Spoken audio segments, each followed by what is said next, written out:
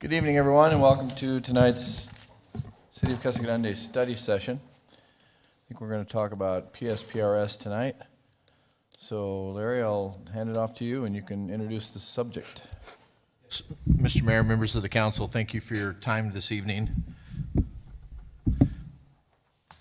Our study session tonight will focus on the public safety personnel retirement system, and particularly the unfunded actuarial liability that we've got in our two systems. And I've asked Mr. Barber to give the mayor and council a presentation. I know all of you have, perhaps excluding Mr. Lavender, have had an update on this a couple of years ago, and we had Mr. Nick Ponder come down from the league and really give an overview of what created the circumstances that we were dealing with. I know that Scott's going to highlight a couple of elements tonight as well, but ultimately what we're going to be asking mayor and council for is a bit of a direction on whether or not we should be pursuing other financing options. But I'll let Scott go through his presentation, and I've got a few comments when we're done, and then we'll entertain the questions of the mayor and council. Thank you, Larry. I want to talk to you this evening about a particular issue that's been around for a very long time, and that is the unfunded actuarial liability that exists within the public safety personal retirement system of the city of Casa Grande. By way of background, and this is important to note to be able to draw the distinction, public employees in Arizona are members of one or two retirement systems. Number one is the Arizona State Retirement System. There are 667 participating employers in the plan, but only one plan. The whole plan, one plan, covers everybody. The contributions that are made by employees and the employers are the same. And so what happens with one happens to all. It's one pooled plan. The Arizona Public Safety Personnel Retirement System, however, consists of three different systems. That is the Public Safety Retirement System, the Elected Officials Retirement System, and the Correctional Officer Retirement System, which includes not only correctional officers, but potentially public safety dispatchers as well. So there are three plans in the PSPRS. But just thinking about the PSPRS specifically, because that's the only one that applies to us, in PSPRS, there are 229 separate individual plans. City of Casa Grande Police Department, City of Casa Grande Fire Department are different separate plans. And each of the plans receives an actuarial evaluation each year. The employee contribution that our employees pay toward that system is set by Arizona law, but the employer contribution is set by actuarial science, if you will, or the actuaries set that. Every year, they conduct an actuarial analysis of every one of the separate 229 plans to determine what the employer contribution will be for that specific plan. So you can see the difference between the two. And there's a lot of important differences. Why we ended up with that? There's a variety of reasons, but it is what it is. And so all of our employees, except uniformed police and fire, are in the Arizona State Retirement System.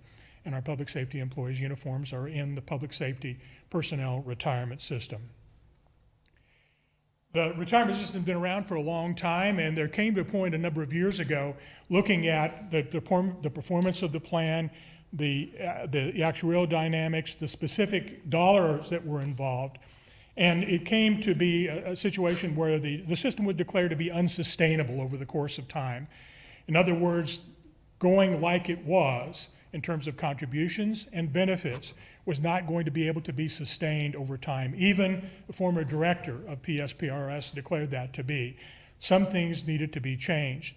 In all fairness, the Arizona State Legislature tried to make some changes that needed to take place. Some of the smaller ones were accepted. Some of the other ones were challenged legally, and as a matter of fact, they had to be reversed because the plaintiffs in these cases prevailed, and so those reforms had to be backed out. So knowing that something had to be done, the League of Cities and Towns, in conjunction with the City Managers Association and the Finance Officers Association, decided to bring a task force together to try to look at this issue and determine how we were going to move forward. And so that group was put together in 2014. There were 15 members. I was fortunate enough to serve as a league representative on that committee. And we met for a year And it was a rather immersive experience in what's happening in public pensions across the country. And we brought in experts from think tanks and other places and really studied this issue. And the work product that came out of that group was what we call a yardstick. It wasn't necessarily this is what should be done, but rather this is a measure to determine if a pension plan is what it ought to be. As a matter of fact, I stood right at this place in October of 2015, and I briefed the council at that time on the work of the task force, and members of our task force briefed others all around the state. And so the yardstick report came out in 2015. And between what the legislature was able to do, but more specifically what Arizona voters were willing to do, most of the major issues in the yardstick report were actually addressed. And a new tier, a new group, a new category was created in PSPRS so that all new employees that came in would be going into the new system. And the new system would be under different rules. Those plaintiffs I talked about in the PSPRS litigation, they prevailed because the Constitution says that you can't withdraw a promised benefit. And so those two cases came out of that, and there was a lot of work that had to be done to undo that. So it was a great opportunity to move forward from where we were at that particular point in time. And thanks to the voters of Arizona and what the state legislature did and the leadership there to get this done, stop the bleeding, as it were. But all of the legacy, Tier 1 and Tier 2, all of the legacy folks continued to be there. And the biggest part of that was this issue of unfunded actuarial liability. That is, that all of the entities were making their normal contributions, but this unfunded liability continued to be out there. And according to the most current actuarial report that PSPRS has done, the current, as of 6/30/20, the current unfunded actuarial liability in the public safety retirement system is over $9.8 billion. So it's a large number, and when you think about the number of DPS officers there are in this state and the number of cities and towns that have police departments and fire departments and what have you, so it's a huge number. And so the challenge then is, okay, we've stopped the bleeding, we're going to be able to move forward and not add to that with new people coming on board. But what are we going to do about this? And so there's been a lot of different things that have taken place. I want to talk a minute about our particular situation, what our part of that huge liability is. And again, this is for the actuarial report ending 6/30/20. This is the report that will be reflected for us in our budget, which begins on July 1st, 2021. Our unfunded actuarial liability in the police department stands at just over $35 million right now. And the fire department liability is $20 million, so a combined liability of over $55.4 million. That's our current unfunded actuarial liability between our two plans. Now, I hasten to say that liability is currently being financed in the rates that we pay. Every employee, we have a percentage that we pay. The employee pays in their 7.65%, and the employer pays in our share, which is set again every year by an actuarial study. So our debt is currently being financed within the rates that we're paying. What are the rates that we're paying? These are the rates that will be effective in our new budget year, 7/1/21. Our combined police rate will be 68.43%.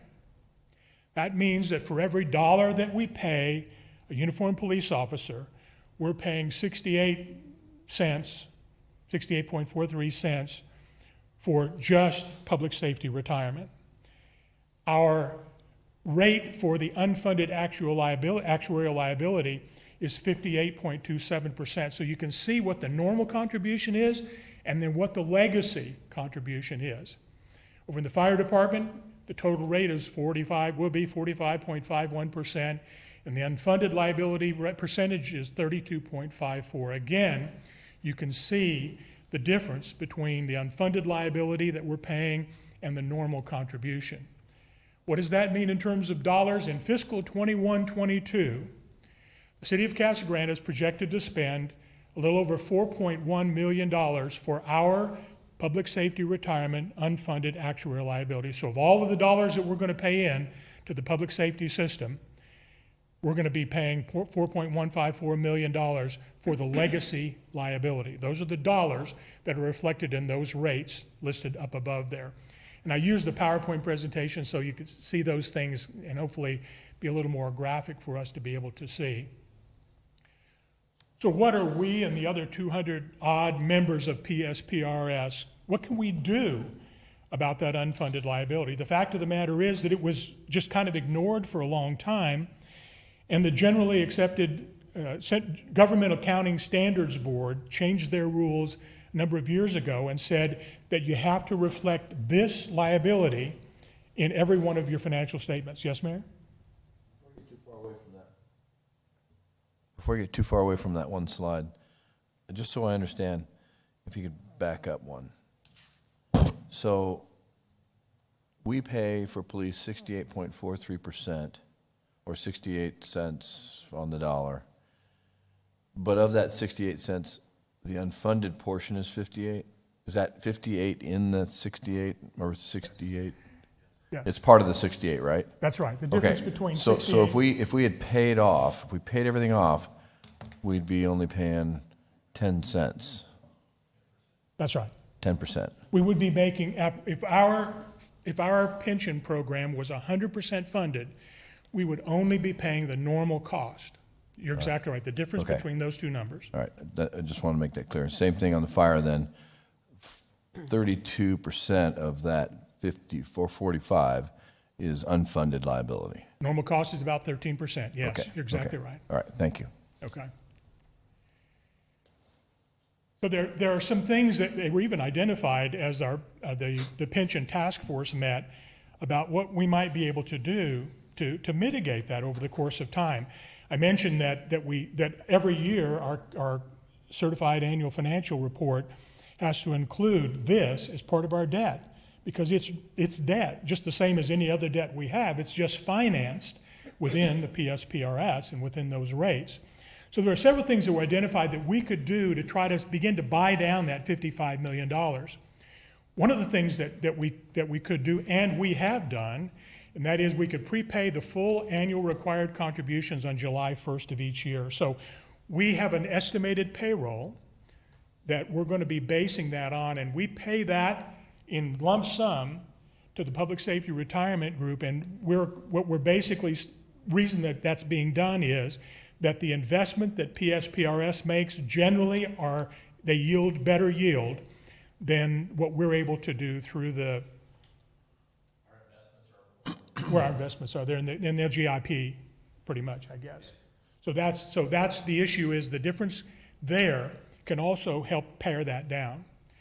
The other thing is that you may know that we have the deferred retirement option program for PSPRS. So if someone achieves normal retirement as defined by the statutes, they can enter the drop program and they stop paying their contributions and we stop making the match.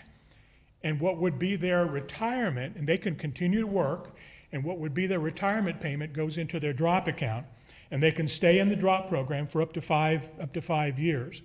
If we continue to make our share of the contributions for those employees in the drop program, it's not very much, but it's a little something. And we can do that, and in fact, we have done that. The fourth thing is take a look at fund balance. If you have cash that's available, and some communities have done that, they've applied cash that they had against the unfunded liability. The final one, I think it's only been done in the city of Prescott, but they could levy a tax. They could levy a secondary tax that's dedicated to paying down the debt. And that's what they did in the city of Prescott. Or, there's one additional opportunity, that is issue bonds as an alternative financing choice for the unfunded liability. We're already financing the debt within the PSPRS system. Issuing bonds is simply an alternate method to fund that unfunded actuarial liability outside of PSPRS. It's something that's just kind of come up into its own. particularly I read about issues in California, and here in Arizona, that's who's done it so far. City of Flagstaff and Yuma, Pinal and Gila counties, and last week the city of Tucson issued $658 million in bonds. They're not going to be 100% funded, but they're going to be 75. They're chipping away at the debt because that, in terms of what they can service and their particular circumstances dictate that. So you can see what's happened, and certainly we're a city here in Pinal County, and Pinal County jumped on this fairly early, and they financed their $89 million liability, and that is in PSPRS. For them, it's PSPRS, elected officials, and corrections officers. That's they're all in all three plans. So these are those who have done it. We've been watching this carefully, and over the last number of months, a staff has met to talk about this and evaluate whether it's something that we may suit us, and obviously that's your decision, your direction to give us. If we go this direction, there are some good things that will happen. We can achieve some budgetary savings. We don't have the numbers at this point in time, but I've already indicated to you that next year we'll be paying about $4.1 million just against the legacy debt. Depending on the issue and the amount of the issue and the interest rate we pay, we could create some budgetary flexibility if our debt service payment is less than the PSPRS rate, so to speak. The other thing is that we could get, they call it chopping down the mountain of escalating payments. We have the numbers that PSPRS has for our debt over the next 17 years. And if you look at it, you know, we're about, for one of our plans, about $2 million. And by the time year 17 comes across, we're paying about $4 million for the legacy. So we chop that down and achieve a predictable, regular interest payment, bond payment, not interest payment, bond payment across the term of the bonds. So we chop that mountain down. We're not going up here, and this becomes the savings that we potentially achieve. These are also taxable bonds, pretty much the ones we've looked at. They're not tax-free bonds. We talk about general obligation bonds and what have you, but these are taxable. And the experts in the field talked about that in this market today, taxable bonds being attractive to investors for reasons that I don't pretend to understand, but they do. And the other thing that we're able to do by doing this taxable bond is we don't consume any of our capacity for the other things we need or may need and want to do. We're talking about general obligation bonds for new facilities. We will not be capturing any of that capacity. And then finally, and this has happened in one or two of the cases here in Arizona, when you think about the term of the bonds, they projected it to be 16, 17, 18, up to 20 years. Because of the circumstances, they were able to chop a year or two off the end, and that results in savings as well. So these are the results or the benefits that might be achieved if we decided to go in this direction. However, there's always risk. And there are 4 specific areas of risk that present themselves. And when I say risk, the easiest way to put that is that we could finance our unfunded liability with bonds, and we could still have some unfunded liability that begins to accrue. It's not going to be $55 million, but it's something to look at. So there are 4 specific things that those that deal in these things, they disclose them as potential issues that might come up. And one is that if the PSPRS investment yield, that is, we're giving the money to public safety retirement, they already have our money, and they invest it, and that they get a yield from that. If that yield is less than, if that yield is less than the bond issue rate, Less than or equal I've got to. it backwards, I'm sorry, that could possibly create some additional unfunded liability. The actuaries look at these issues and they make projections about payroll increases. You're going to be talking about an issue in the regular meeting that's going to result in some payroll increases. Cost of living adjustments, general adjustments, those things increase the payroll, and those costs also increase. So if the actuarial prediction about payroll increases is less than what they actually are, that's a potential risk as well. One of the issues that created the unfunded liability is within the PSPRS, there are potential for regular permanent base adjustments, or COLAs. And it has to do with the net yield of the investments. If it's over a certain percent, then that percent is captured and distributed back to pensioners. If that could change around, that's one of the assumptions that could mess things up. That's a risk. And finally, every actuarial report relating to pensions uses different tables when they look at all of the lives that are in the plan, and then they project what's going to happen, including mortality tables, and they don't know about early retirement you might offer, other kinds of incentives. So those are the 4 basic risks that are out there, and they make sure that everybody understands what those risks are. Now, at least one of the communities that's already done this has sought to mitigate that risk somewhat by creating a contingency fund. So they're issuing the bonds to cover the liability plus a contingency fund to put some money aside in case some of these variables happen. And that's something that we would probably look at as well. So there's benefit and there's risk, just like anything else. Here's the Pinal County deal. This is from the prospectus, or the information that was put out by the bond underwriter after this deal was done. They're $88 million, $86 million of debt. That completely paid off their unfunded actuarial liability. So they became 100% funded when they transferred those dollars to the pension program. Prior to that time, their plan was 53% funded. They achieved an interest rate for the bond financing at 2.61% over the course of the bonds. And that calculated to a net present value of expected savings, when you calculate all the dollars, of about $49.8 million, just under $50 million over the life of the bonds. And that's talking about chopping the mountain down and the savings that are achieved through those 2 different things. So that's what Pinal County achieved by doing their bond deal. We're working to fully evaluate all of the alternatives, ultimately for presentation to mayor and council. We don't have any numbers at this particular point in time. We have the information from PSPRS that talks about what our payments are going to look like over the next 17 years. But in terms of being able to project savings and what have you, we don't have those numbers. But we wanted to bring the fundamentals to you tonight by way of introduction and by way of answering any questions and determining what direction you'd like to go in from here. And at that point in time, I'll turn it over to Larry. Mr. Mayor, members of the council, I'm having a heck of a time with this stand tonight. Just a couple of things, and Mr. Barber, thank you, Scott, for the presentation. I know that this issue, this matter of trying to find some resolve in this unfunded liability has been a goal of the council. You've articulated to staff on a couple of occasions that you would like us to come up with alternatives. And I think the mayor and council can recall that a couple of years ago, we actually levied a little higher property tax rate in order to achieve some of the mechanisms that Mr. Barber outlined about trying to prepay.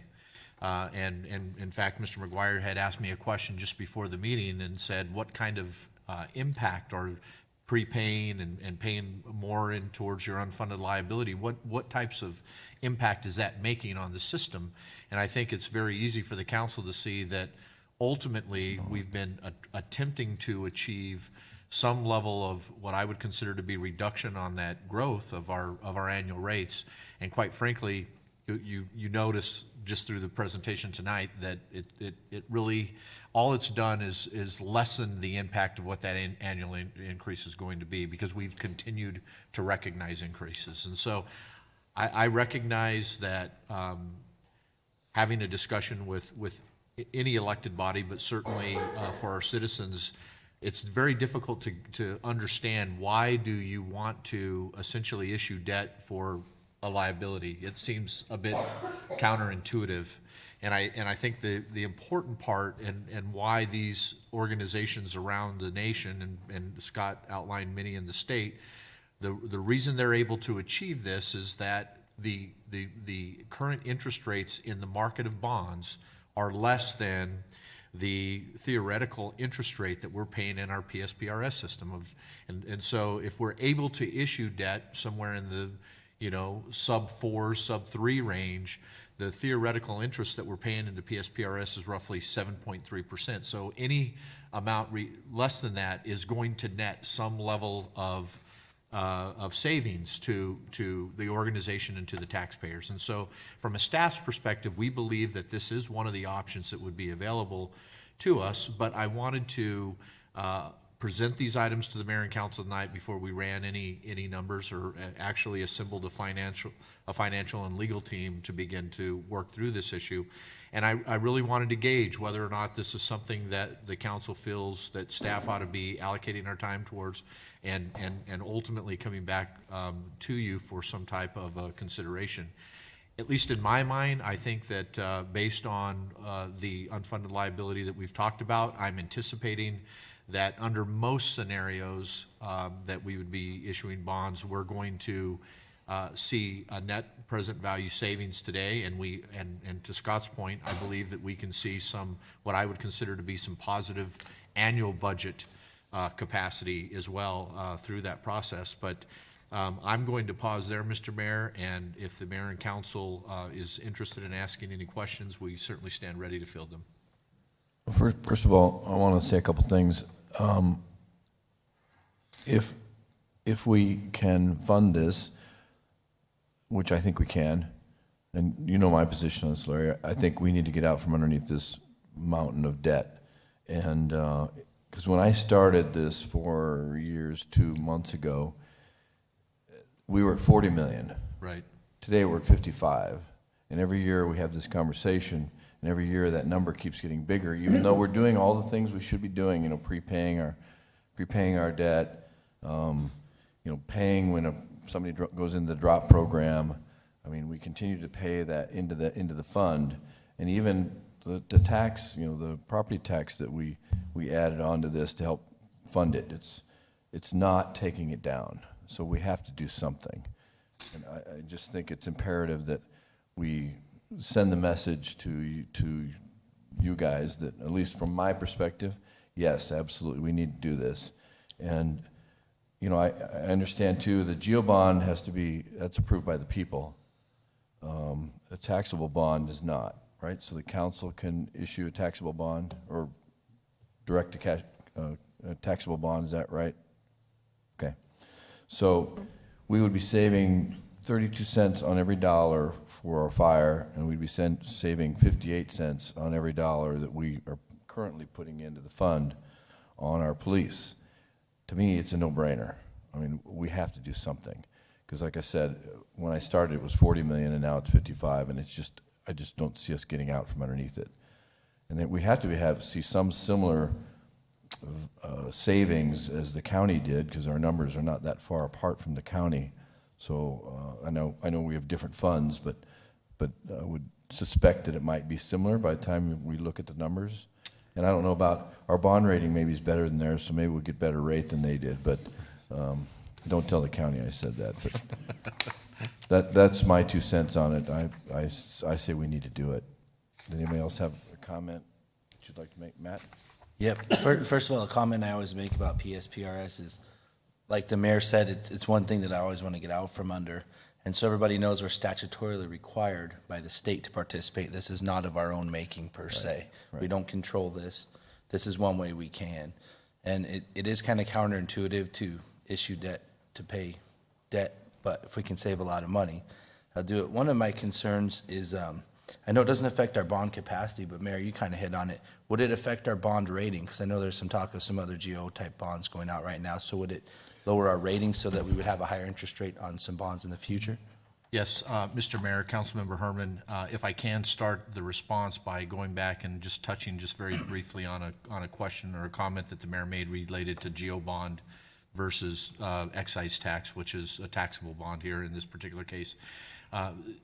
You could, in fact, create a question for a GEO bond ballot measure to essentially finance this debt. The important component of it that from a GEO bond perspective is that we have a 6%, we have a 6 and a 20% capacity limit, and this would fall into the 6% capacity. So it's a non-parks type of an issuance, And so we would be pushing up against that 6% level very, very quickly. The second is that the homeowners and property owners would repay that debt based on a secondary tax levy that would have to be issued.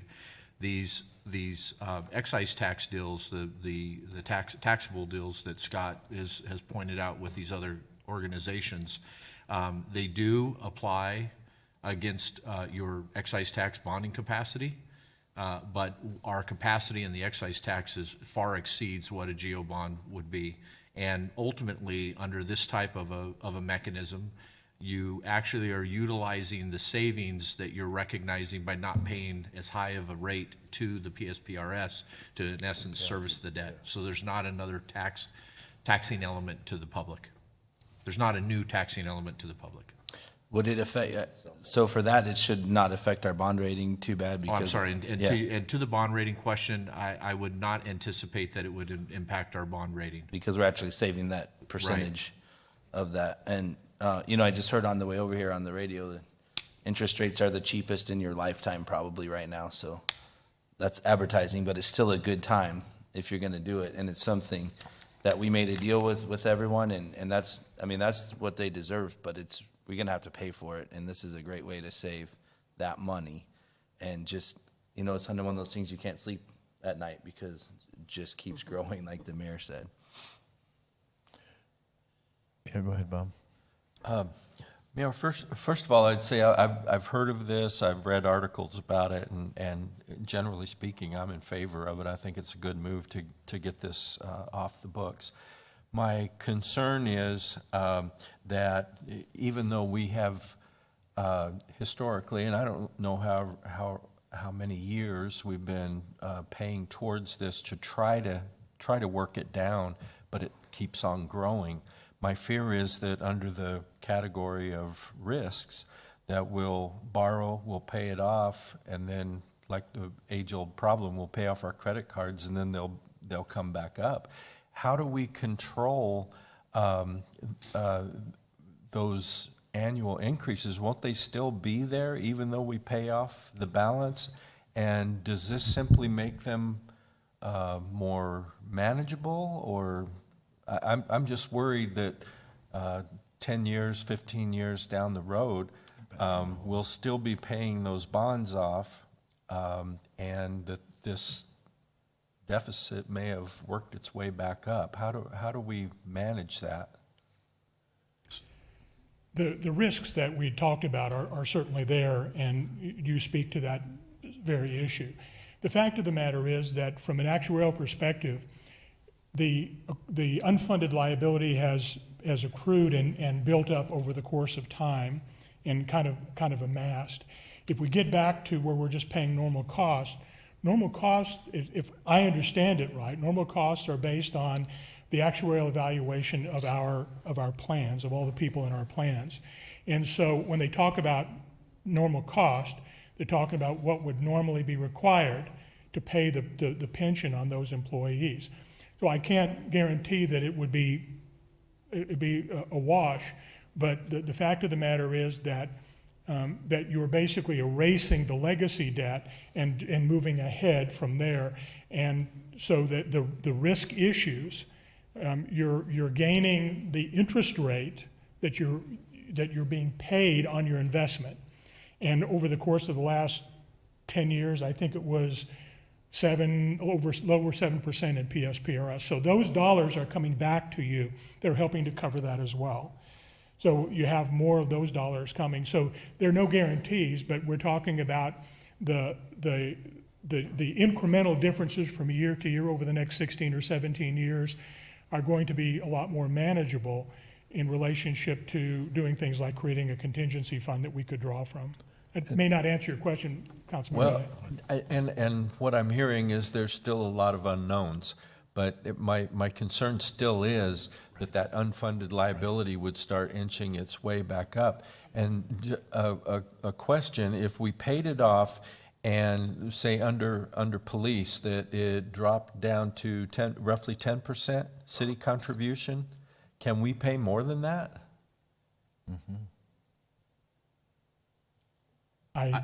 I'm not sure. I presume that we could front-load as much cash into our accounts that we wanted to.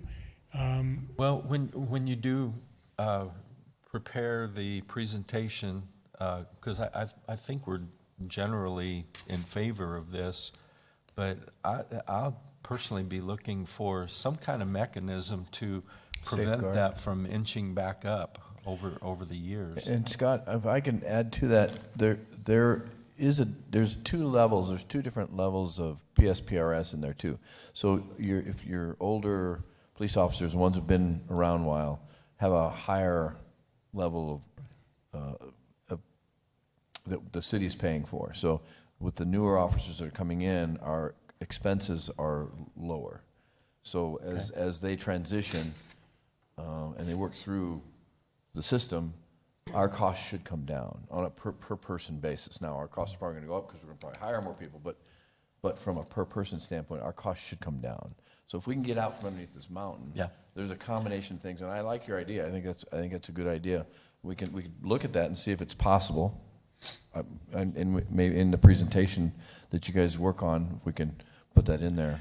And Mr. Mayor, members of the council, and particularly to Councilmember Huddleston, one of the elements that I want to make sure that the council's aware of is that there are a number of components within the PSPRS system that we, as a city, have no control over.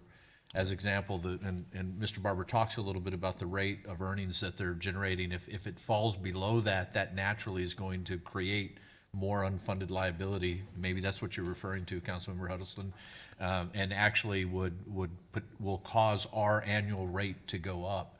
And so there are factors, and there's Larry, a couple. that's how we got in this hole No, in the first place. Absolutely. There are a couple of factors like that quite frankly, as a participant to the program, with bodies outside of this that govern the parameters of that, decisions that get made there is a potential that those, what I consider to be game rules that we're playing by today, could potentially change.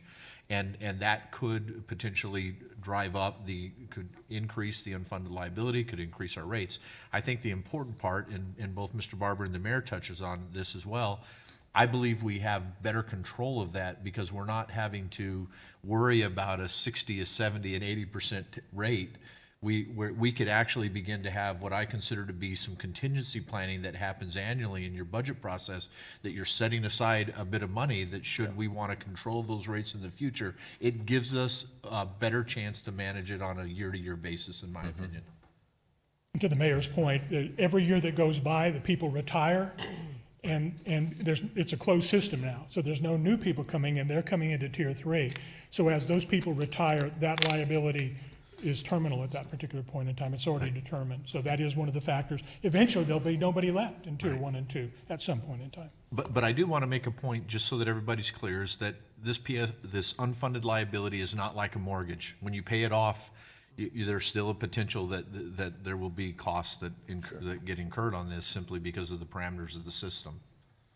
Lisa, you had a question? Well, and I just wanted to commend you for facing this head on. I mean, this is something, like you said, it's been an issue since I've been on the council. Dick, I'm sure, I mean, it's something that has been brought up. We, at our league trainings, we've gone to meetings trying to identify alternatives and ways we can combat this. So, but we have to stop kicking the can down the road, and it just doesn't seem like it's getting anywhere, although we've made, contributions and got it, a little bit in there. But, so I agree. I would like to see us pursue this. I understand your concerns, Bob, and I would like to see that too. I mean, of course, you've outlined some of the risks, but that contingency planning is going to be critical. And I think when if we move forward on this, I would like to see, an actual number of a financial amount that we feel we can put in that contingency from the beginning. So if we know we are going to contribute this much, we can contribute based on our budget this much every year to help with some of these issues that may rise in the future. But I do believe we have to do something. And Scott, I appreciate you're always so good at explaining all this stuff, and it's always, it's just a blur. I know someone interviewed me one day about something with the city, and they said, if there's one thing you can do, get rid of or change, and I'm like, this is it. I wish it would just go away, and, but it's not, and we know it's not. So, but I do think that it's the right thing, to move forward. I know we can continue kicking it down the road, but we need to do something, so I would really like to see us look into it further. Donna? And I mean, Scott, as Lisa said, you make it sound so simple. And I think that, it's important that the community understand, that we didn't create this, that it was created for us, and that we've got to do something. I do think that we need to move forward and make some drastic changes. I would be interested, I know that Bob had mentioned putting more money into the plan.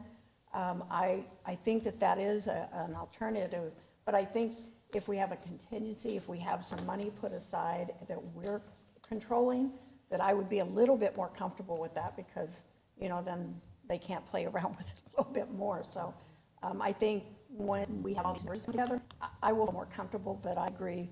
I think it's time that we move forward. Ms. Powell? What bothers me is the same thing Bob mentioned, is the fact that we never get ahead. We're always trailing the debt that's out there, even though we think we're doing well. We're standing behind it. And I wonder, do we have enough money in some of our accounts? We could take money out and pay a healthy part of this right now? Yes, Mr. Mayor, Councilmember Powell, I will tell you that I was going to close with that statement, or at least something similar to that, and based on what I'm hearing tonight, we definitely, as a staff, begin to work with assembling our financial legal team for the bonds and preparing the very analysis that needs to expire. But one of the options that staff was anticipating coming to the mayor and council with, as well as fully funded through bond option, would be an option of using some level of our fund balance to fund for this. And so there will be an option, Powell, that we actually include for the mayor and Okay, council. that's one of the things I'm looking at with the construction going on and the monies that would be coming in. There's going to be some extra money.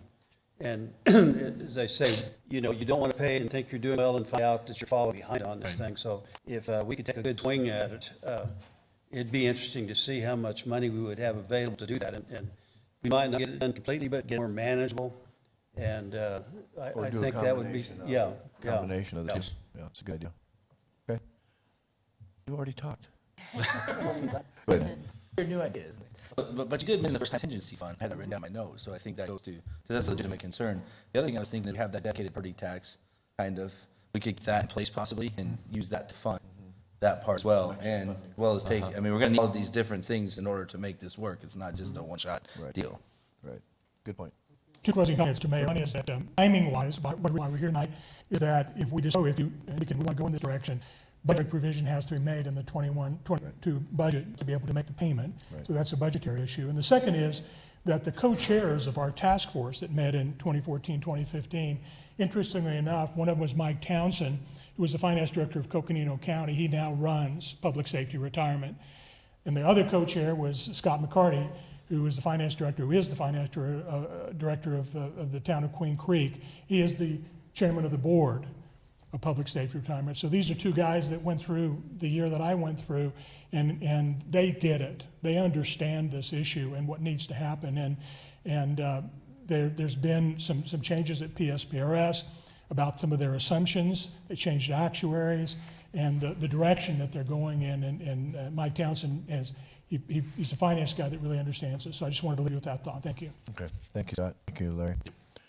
All right, so let's stand adjourned for about 15 minutes, and we'll start the meeting right at 7 o'clock.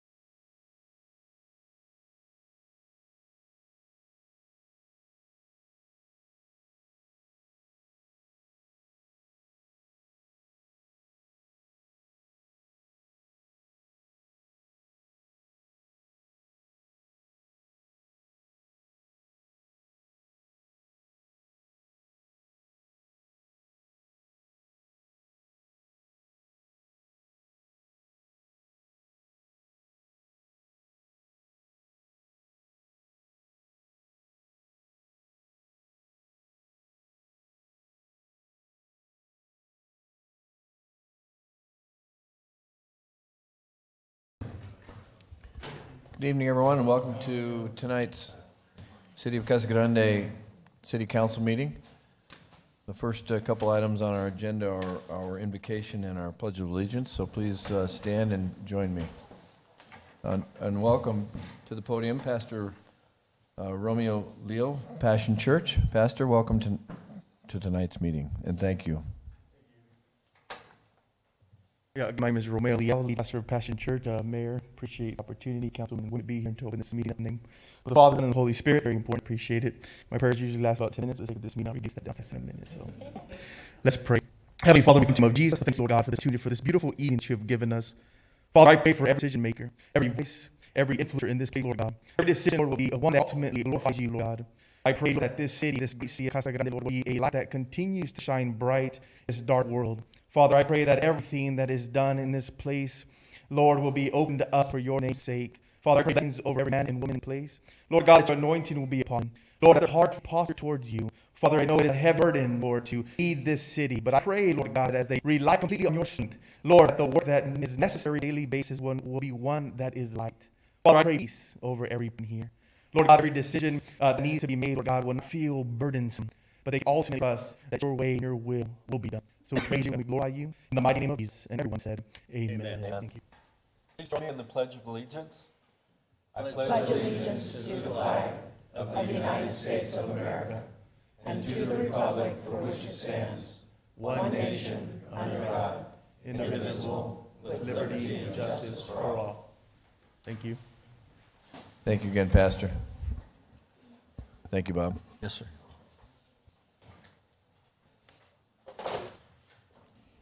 Gloria, let the roll call show that all council members are present. So noted.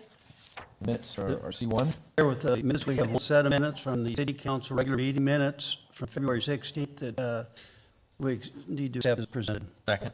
I've been moved and seconded to approve the minutes of February 16th. All those in favor saying aye. Aye. Any opposed? It was an aye, by the way.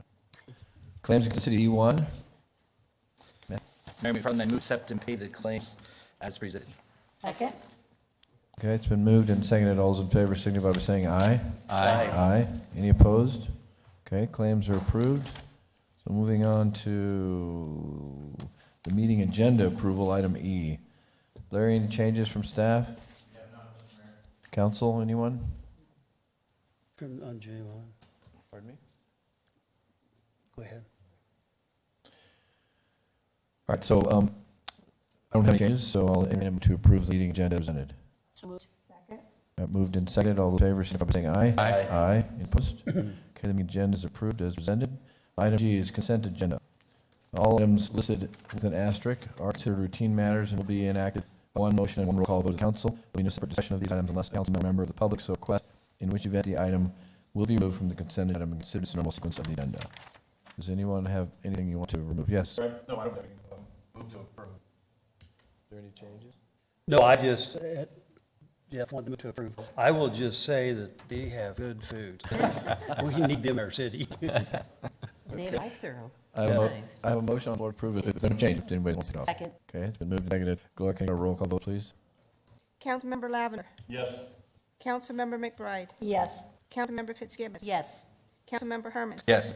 Councilmember Powell. Yes. Mayor Pro Tem Hudson. Yes. Mayor McFarland. Yes. All right, the next item on our agenda is the award of contracts. The first item is I-1. It's resolution number 281. Mr. Good evening. The mayor permission, I would like to present the next item, Bottom and I Please together. do. if that's okay. Thank So you. this evening, we're to ask permission from City Council to authorize to move forward with the grant application process with the Arizona Department of Transportation through the Aeronautics Division. These planning grants, one for our airport master plan update and one for the drainage master plan, which is an associated study with that master plan, both through the Arizona Department of Transportation. We are eligible for these grants through their annual capital improvement plan, and if approved, we'll be able to come to you with a contract to actually execute those fees, and you'll have an opportunity to approve those at that time. This is just to move us forward grant process. Both grants, the one for the airport master plan is $450,000, and then the city's portion of that is 10%, which the percentage of most state grants, that's $50,000. And for the drainage study is $225,000, grant, and then $25,000 at city portion of that. So again, we went back to you with authorization for conduct to actually put some authority for those projects. So with that, I'd be happy to answer any questions. Kevin, I'm having a little more of a backstory on some of that, just so everybody's aware. ADOT handles all the federal funding for airports. So we haven't been eligible for ADOT funding or federal funding since we've been under the requirement of the skydiving. So this is the first chance we've actually had to get some grant money for the airport, probably in 3 years? And technically, we're still not eligible, but ADOT thinks A- we've done enough to Yeah, meet that threshold. ADOT's granting us the ability to do this, so. And so anyways, this is a great opportunity because we actually have to have the airport master plan and the city even before we go back to FAA to get additional funding. So these are, we got to do this. Boy, they're healthy grants. They're good grants, yeah. That's great. Does anybody have any questions on it? Good, Kevin. All right, so one of these at a time. We'll take the resolution number 5281. Gloria? Resolution number 5281, a resolution of the council of the city of Casa Grande, Arizona, ratifying the submission of a grant application to the Arizona Department of Transportation Multimodal Plan Division, authorizing the city manager to accept grant funds from the program in amount up to $450,000, authorizing the city manager to execute a grant agreement, authorizing the city finance director to accept and disperse funds as necessary, authorizing to transfer a budget authority, and authorizing other actions in support of the grant. Mayor McFarland, I move approval of resolution number 5281 as presented. All right, it's been moved and seconded. Gloria, can I please get a call vote? Councilmember Lavender. Yes. Councilmember McBride. Yes. Councilmember Simmons. Yes. Councilman. Yes.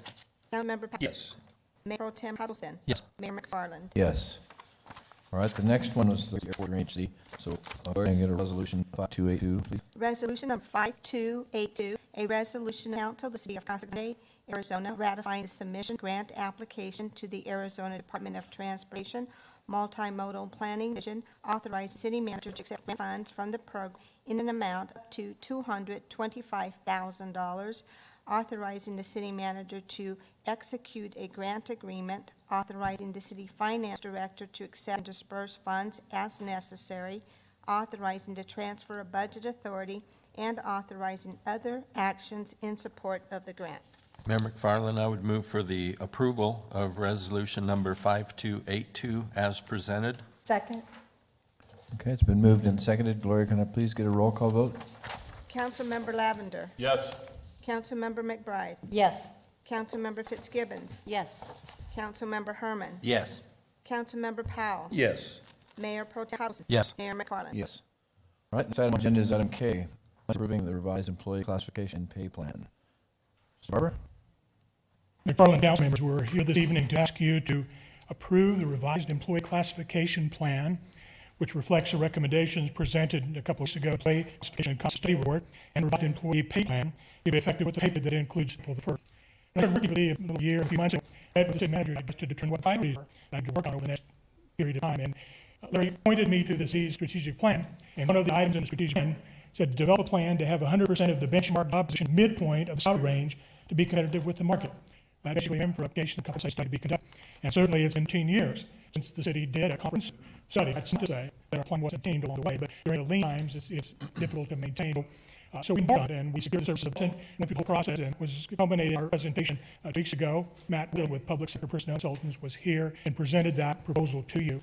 The results of the study are incorporated into one document. You'll know that we have employee classifications, police officer, secretary, equipment operator.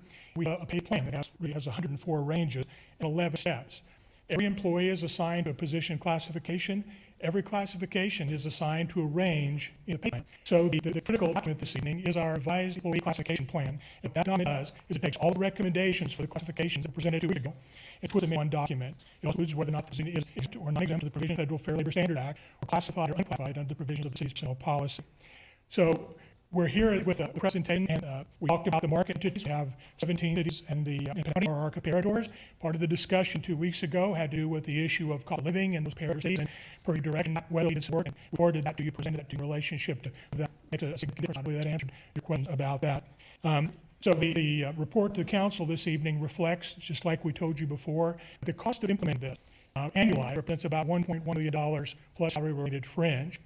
If you accept a recommendation and for the pay period including April 1st, there'll be 3 months of impact in the current budget year. As indicated, in advance of the budget, we made provision with the expectation that it would be implemented during the course of the current budget year. So there's adequate dollars in our budget to be able to implement this. I want to explain very briefly, though, why there's a cost. We're moving classification to different pay ranges. Costs come into play from the concept that positions are assigned a pay range.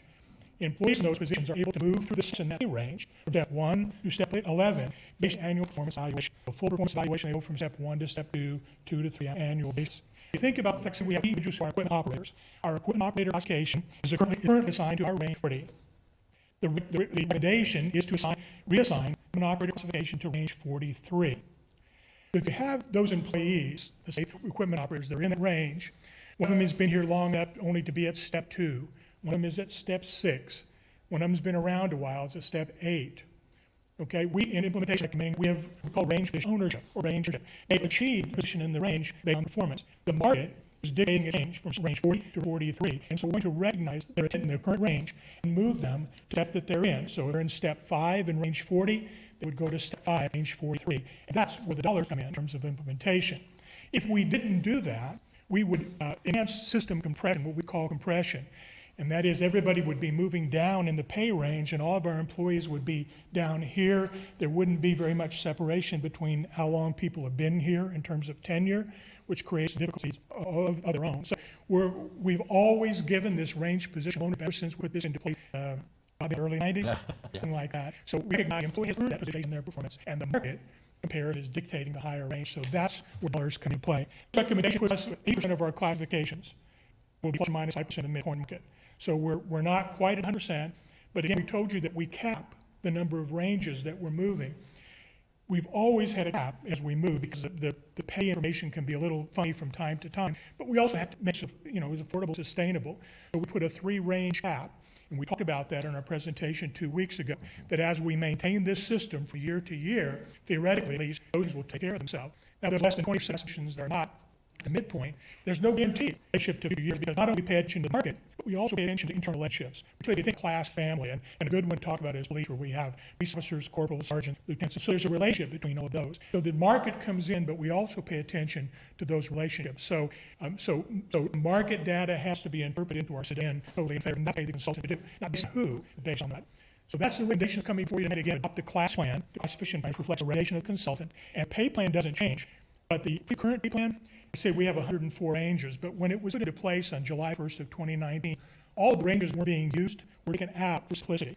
So we didn't have 100 ranges. So we're doing the same thing. So we're maintaining the same structure, the same 11 steps. Nothing is changing in the pay plan, except it reflects the recommendations that are in the classification plan. So that's the presentation this evening. I'll try to answer any questions that you have, and we'll go from there. Mr. Powell? Scott, I just was wondering, are employees aware of this sort of the change and how it affects them, or? Go ahead here, sorry. Everything's involved in this, Scott? He's Yes, asking. Mr. Mayor, Councilmember Powell. The answer is yes. The answer is, So we haven't had any pushback far on anything that's, We're giving them a raise, aren't we? yeah. And I would emphasize that, to just really put us back at a solid ground to move. There are a lot of entities that are doing studies right now because things were so quiet and do things for a while. So certainly this puts us in a position, I think, of current competitiveness, and help us move ahead. Thank Bob? you. I'm glad we're reaching about 80% level of being at midpoint or better. But the position, and I don't know how many it is, but if a position falls under that 3-range cap, maybe the survey calls for them to move there. Is that addressed later in any way, or does that just remain there until the next time we do a similar survey? To restate, the fact of the matter is the cap is there. And so there are classification documents we gave you 2 weeks ago. There are classifications that are more than 7, 10, that were 10, 15, 20% of the market. And again, those were some of the amount of comparables. But we put the cap on, and then we move ahead. So as we update this next year and the year after that, presumption is these theories pitches up. So it would be something to be adjusted later on at another year as it's looked at or as a survey is done. It continues to address going forward, yes. Okay.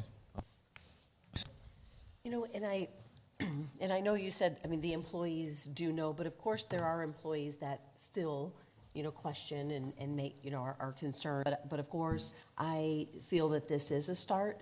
And at least it's getting us to that the majority of those, 80% at that midpoint. but I know there was a lot of concern with public safety, and because of their unique promotional opportunities versus other staff, and Bob, you were in public safety, you might understand, I don't understand the whole system, but there were concerns where, is it a firefighter or an engineer would be getting paid less than someone that was or that would be getting paid less because of the way the steps were, and, when self-promoted or whatever. I wanted to see if that was addressed when you went through this classification study, and if that is something that come up from our public safety folks, that this was happening, and, and it's been going on for years, I believe, right? I mean, so I'm just curious where we are on that. It's not uncommon at all for class family classifications and class family have overlap. That's not uncommon. We did pull some information down. There are some entities that have pulled public safety out of their regular pay plan, and they corrected the public safety pay plan so that the police officer starts here and it goes here. The sergeant, corporal starts here, goes here, then a sergeant, and the issue, those are not 11-step pay plans for sure. Because if they were, then you'd have, somebody making several $100,000s a year on the other side.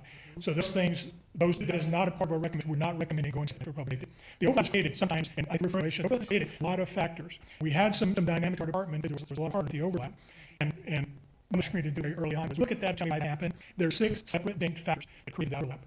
One of the greatest ones turning on and off the air program, because there's somebody's just died, it's just on this. So if you turn on the air program, and a year or two goes by, they could get a raise somebody else, and those things just happen. And sometimes there's a feeling like this is not a fair system. But the fact of the matter, nobody did get what was promised to them. It's just a matter of the dynamics of somebody promoted faster than somebody else.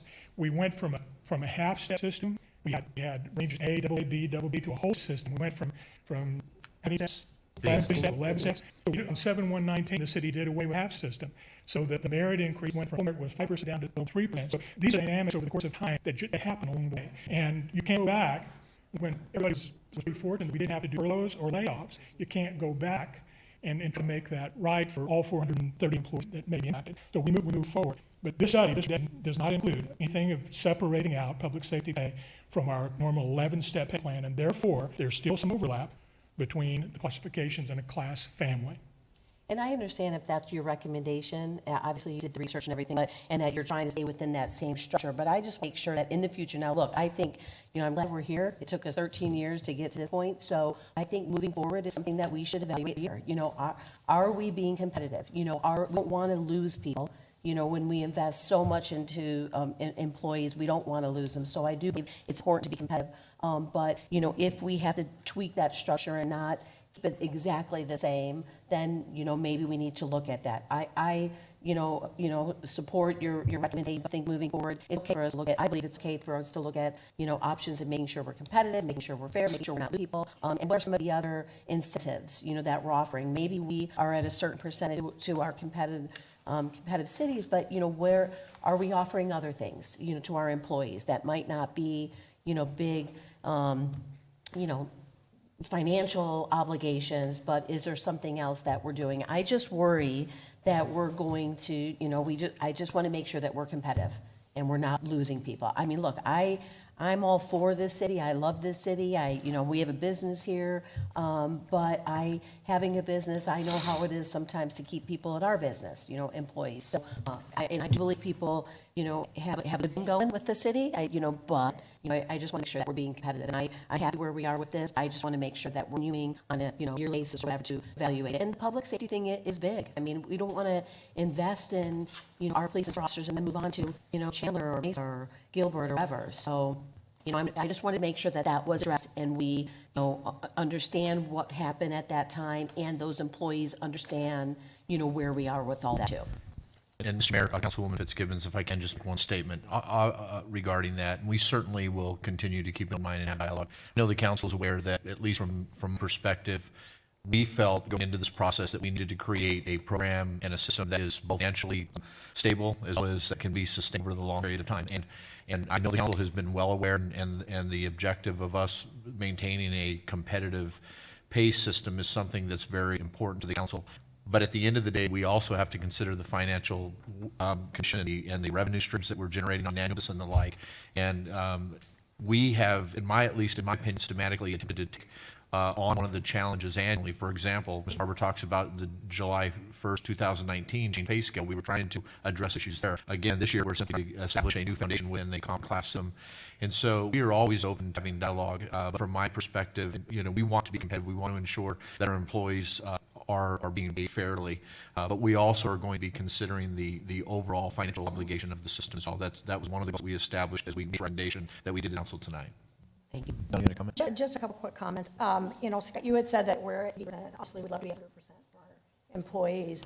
And Larry said a key word just now, that this is a foundation. And so I understand that, we have to start someplace.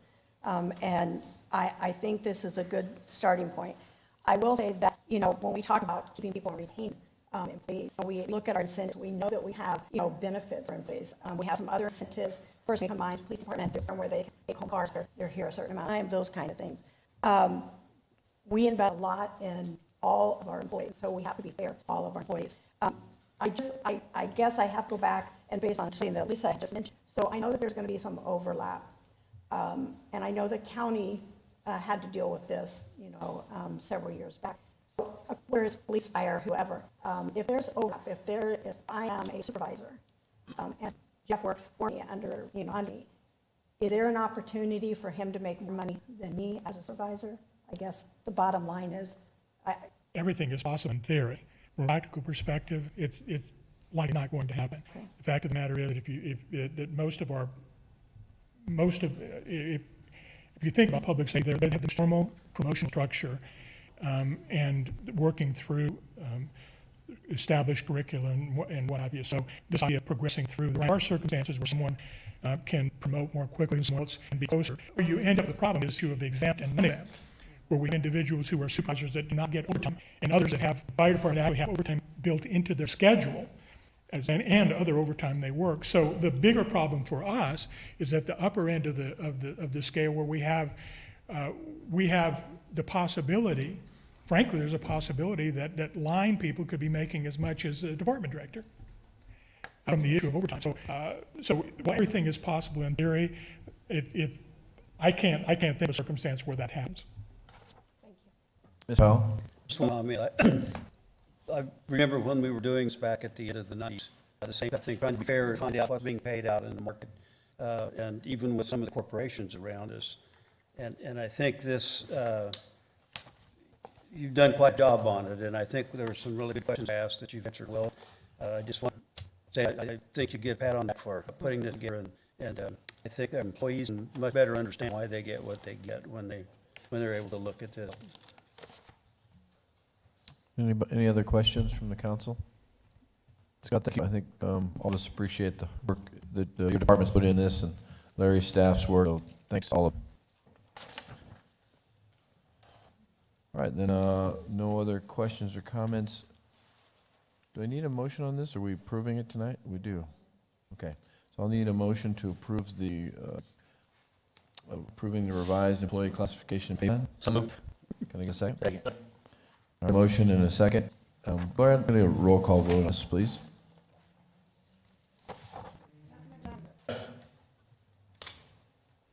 Councilmember McBride. yes. Councilmember Fitzgibbons. Yes. Councilmember Herman. Yes. Councilmember Powell. Yes. Mayor Pro Tem Huddleston. Yes. Mayor McFarland. Yes. All right. Moving to our public hearings then, we have item L1, and that is an annexation of 1,061 acres.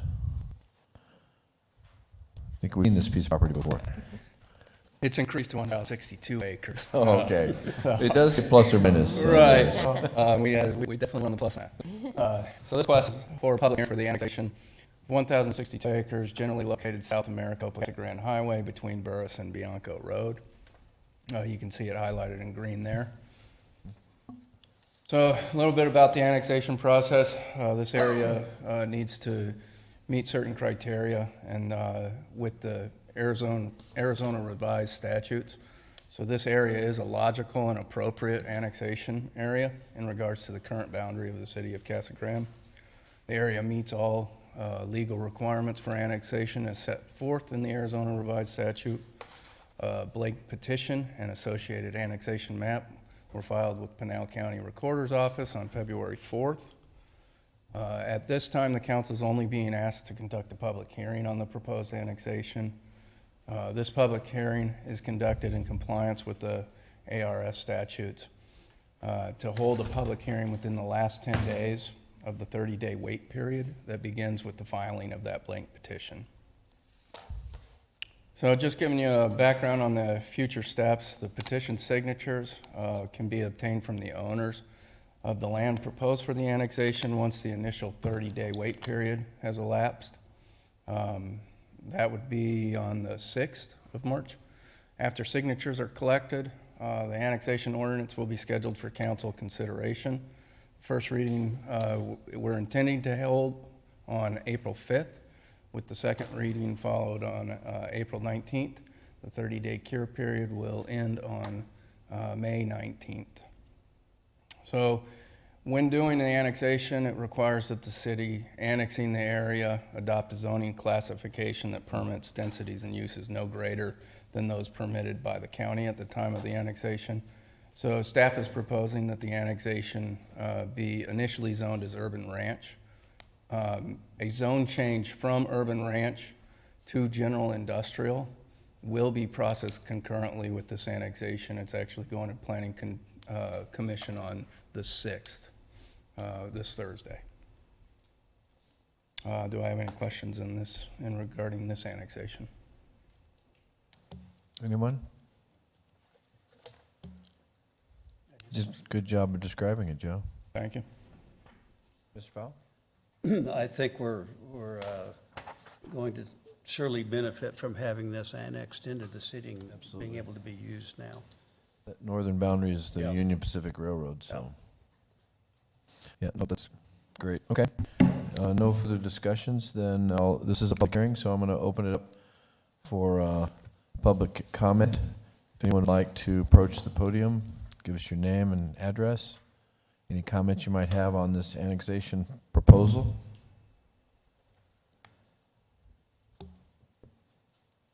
Okay, seeing no one, then I will close the public hearing.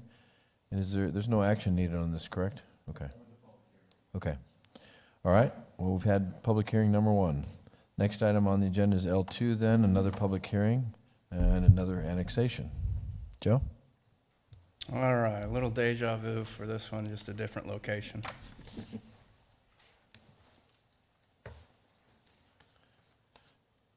Same rules, different location. All right. Dates and everything, you're gonna have to bear with me a little bit, you heard it all before. So this request is for a public hearing for the annexation of about 45 acres, generally located on the southeast corner of Thornton Road and Peters Road. You can see highlighted in red there, across the street from the Lucid facility. So Joe, before you leave with that map. Sure. So the yellow is the city's boundary? That's correct. Okay, so right now it's not in the city boundary, and that's what we're pulling in, right?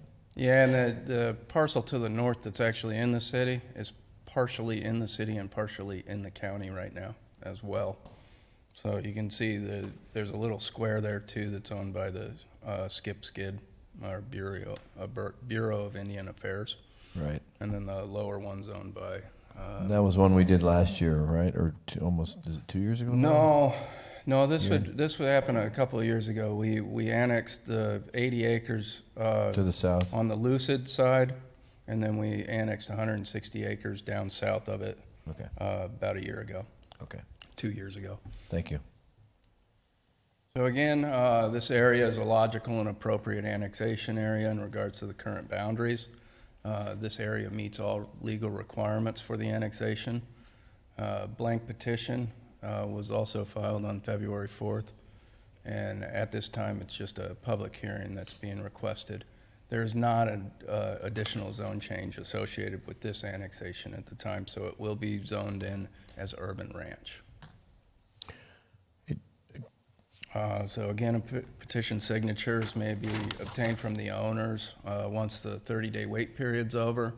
The signatures are collected. After the signatures are collected, the annexation ordinance will be scheduled for council consideration.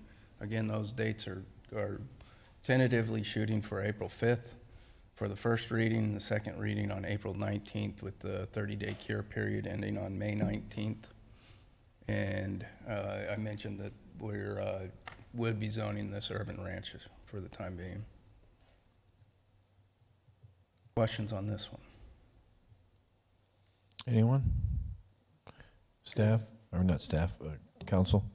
Latino council members, this is a public hearing, so I'll open the floor to the public. If there's anyone here who would like to speak on item L2, please come forward and state your name and address, and we'll let you speak.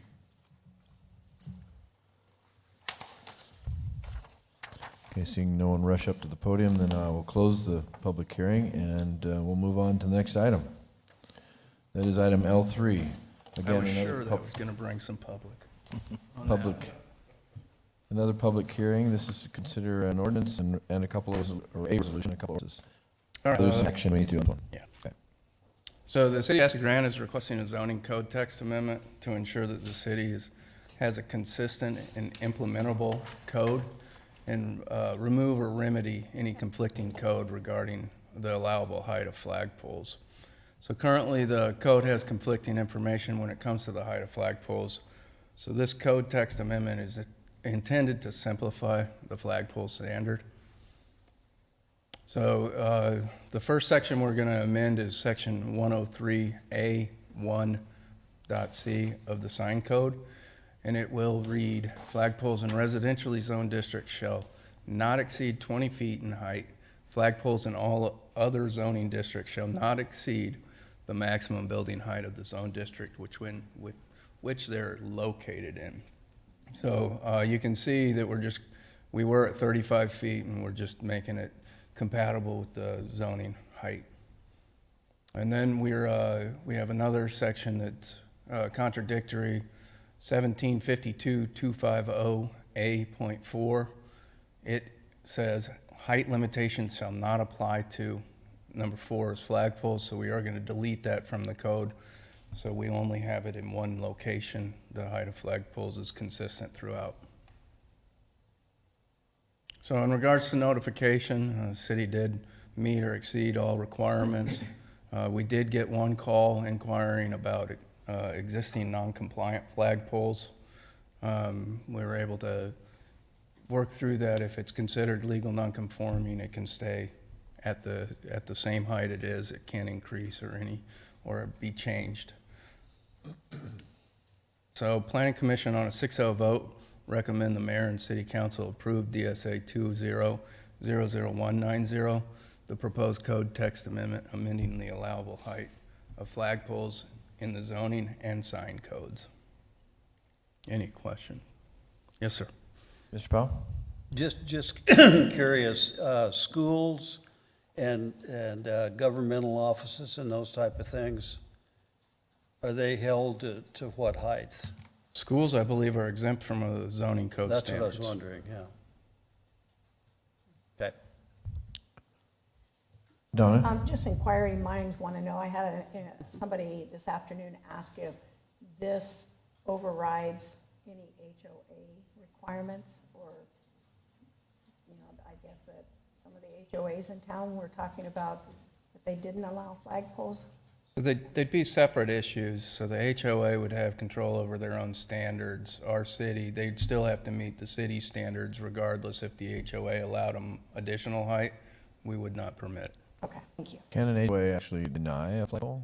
Yeah, they can set their own stance for that. That was accepted. Okay. So I do have a question. So, for example, in an industrial area, a building is 35 foot tall, and height restrictions 50 feet for that zoning area. How tall can the flagpole be? It could be 50 feet now. Okay, all right, So thank you. Because before we were restricted, right? It was 35 feet, which Yeah, some buildings were the taller previ- than their flagpole. The previous was for all zone districts, Okay. other than residential, were 35 feet. Okay. And when you say legal non-conforming, if a flagpole exists and isn't conforming to our code because it was a model home, for example, and it's been there for 10 years, it's probably going to stay there. If it's been determined to be non-conforming, legal non-conforming, then it is allowed to stay in that location. Okay, thank you. And Mayor, if I could, just a couple of clarifications on that, because, you know, the term that the planners use and we use is legal non-conforming. So it always depends on whether it was legal when they first put it up. We do have another provision in our code, though, that if something has been there for more than 5 years and the city should have known about it and hasn't taken any action to stop it, it becomes a legal non-conforming use, notwithstanding that it wasn't legal at the time.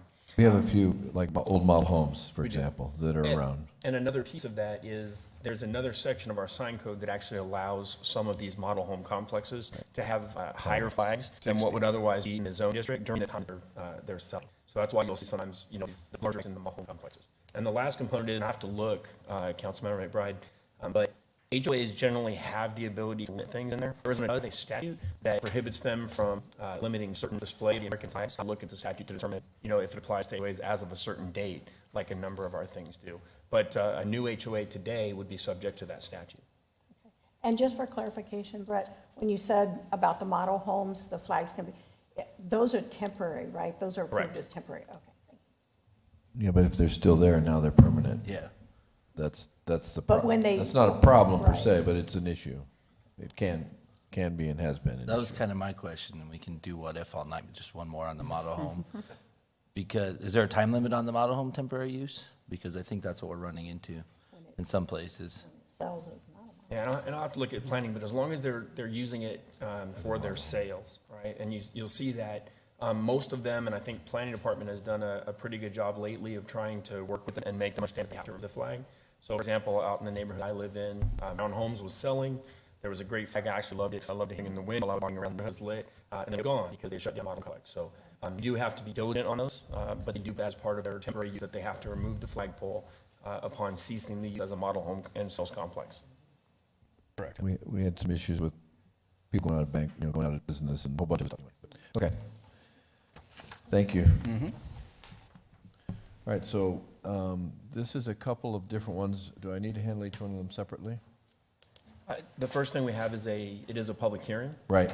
Because of the zoning code, but we will handle, the public hearing can really be one, because it really only has to be for the zoning code. Okay. And then we will handle each one of the items separately. Okay, thank you, Brett. All right, so item L3 is a public hearing, so I will open the floor for any comments on this change.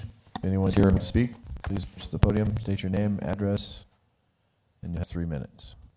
All right, so if you don't want to take 3 minutes, okay. So then I'll close the floor for the public hearing, and we'll move for an ordinance. Gloria, for first ordinance, which is the 17.17.2. Ordinance number 1397.1752, an ordinance of the City of Casa Grande, Arizona, amending Title 17, Section 17.52.250, height requirements of the City of Casa Grande Municipal Code pertaining to the height limitation of flagpoles, establishing the severability of the various sections of the ordinance, and establishing an effective date. Mayor, I move approval of ordinance number 1397.17.52 as presented. Second. And moving second, Gloria, can I please call vote? Councilmember Lavender. Yes. Councilmember McBride. Yes. Councilmember Fitzgibbons. Yes. Councilmember Herman. Yes. Councilmember Powell. Yes. Mayor Pro Tem Huddleston. Yes. Mayor McFarland. Yes. All right, the next item under L3 is resolution number 5283. Gloria, can I get a resolution number, please? Resolution number 5283, a resolution of the mayor and council of the city of Casa Grande, Arizona, directing as a record that certain document entitled the April 2021 Amendment to the Sign Code of the city of Casa Grande. Mayor, I move for the approval of the resolution number 5283. Second? Okay, it's been moved and seconded. Gloria, can I get a roll call vote, please?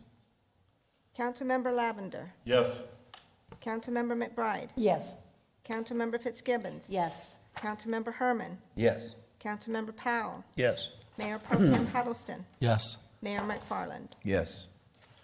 All right, the last item under L3 is considering ordinance number 583.07, amending the section 1 through the sign code. Gloria, can I get a resolution number, please? Or ordinance number. Ordinance number 583.07, an ordinance of the City of Casa Grande relating to the amendment of Section 103 of the Sign Code of the City of Casa Grande concerning the height of flagpoles, adopting the April 2021 amendment to the Sign Code of the City of Casa Grande by reference, preserving the rights of duties that have already matured and proceedings that have already begun thereunder, establishing the severability of the various sections of the ordinance, and establishing an effective date.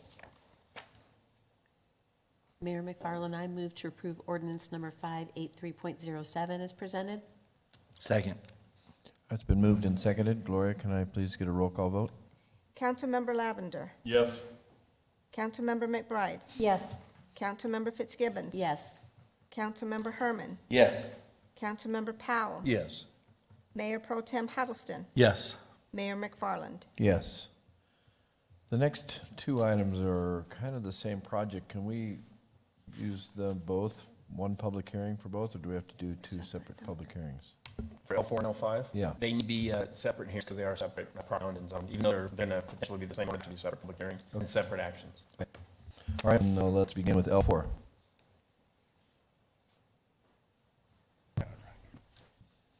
So this is the Florence and R2 zone change. Hilgerson and LKY Development are requesting a zone change from garden and light industrial, I-1, to single-family residential, which is R2, for approximately 26 acres of land generally located on the northwest corner of Florence and Ash. You can see the project site shown below. So this request is to allow for the development of 112 single-family residential lots with a gross density of 4.3 dwelling units per acre. The proposed development has a certificate of assured water supply from ADWR and is able to subdivide the property to achieve the proposed lot count. The applicant has provided a conceptual lot layout. A key aspect of the lot layout includes two roadway connections to the residential to the north. The roadway connections are critical to creating a development that is linked to the existing downtown area, and in doing so will support, benefit, and help revitalize that area. Another feature shown on the plan is the potential for the city to place a roundabout intersection at Florence and Ash that's intended to create an entry point into the downtown district of the city. So staff feels that this is a good opportunity to provide workforce housing near the downtown and the industrial portion of the city. You can see the conceptual layout here and the two connections on Washington and Mercedes. Again, it's conceptual, so they can move those potential connections. It also shows a schematic design of And the Joe, potential roundabout. the next project, is that the piece to the left there? It is. Okay, it'll be so the that's gonna be a single-family. multifamily piece right there, okay. Correct. Thank you. So when looking at the review criteria for the zone change, we look at that the proposed use shall be in conformance with the general plan. It's currently in the community center area, and we look at the following items: that the action is consistent with the city's general plan, including the goals, policies, and applicable elements. Among other items, this request supports the following goals. It's located in our Phase 1 growth area, which is our primary growth area. And then the zone district R2, the single-family residential, is appropriate in the community center land use category. A rezoning, second one is that a rezoning conforms to the general plan if it proposes land uses, densities, and intensities within a range of identified uses of the general plan. The request for the zone change to the single-family residential R2 with the conceptual 4.3 dwelling units per acres is an allowable and appropriate land use within our general plan. The third one is that the proposed zone change is necessary and proper at this time to meet the land use needs of the residents of the city. So this zone change will allow for new workforce housing that will be a catalyst to revitalizing the downtown area. Its location between downtown and the manufacturing corridor will benefit both of those areas. In regards to notification, the city met or exceeded all requirements. We did not receive any inquiries in regards to this project. The Planning Commission, on a 6-0 vote, recommend the mayor and city council approve the zone change request, DSA 20-00118, from garden and light industrial I-1 to single-family residential R2 with the following conditions of record. Provide a minimum of 2 roadway connections to the downtown street network. and then provide right-of-way dedication to accommodate potential roundabout at Florence and Ash intersection at time of plating. Do we have any questions? And the roundabout's down in that lower right-hand corner? Correct. Okay. Which then connects into Florence and downtown, right? That is correct, Mayor. And then Ash takes you right over to the north side of. You say you're a mile away from all So you have Daisy Takes you Brand, right over to Lucid, Thornton Road, LKQ. Walmart Walmart. Distribution, Daisy Brands, all that. That's correct, Mayor. Well, I'm very happy to see this plan come about and to fill up some of that empty space that's been there forever. Yeah, this is And the great. south side is starting to have a renaissance with the paving that was done and some of the other things, the park, whatever. So I think that's an excellent situation with what they plan to do here. Is that gonna be open area on the top there, or is that gonna be just drainage, or? what- Most, Mayor, most of that's intended to be retention areas. It flows that direction. There's also existing drainage ditch in that area, but most of that's intended to be open space retention areas. Okay.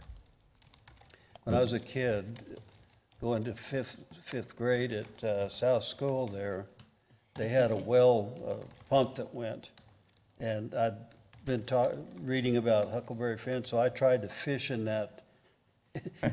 There was no fish in there, so that was my adventure. All right. Any questions from council? Matt?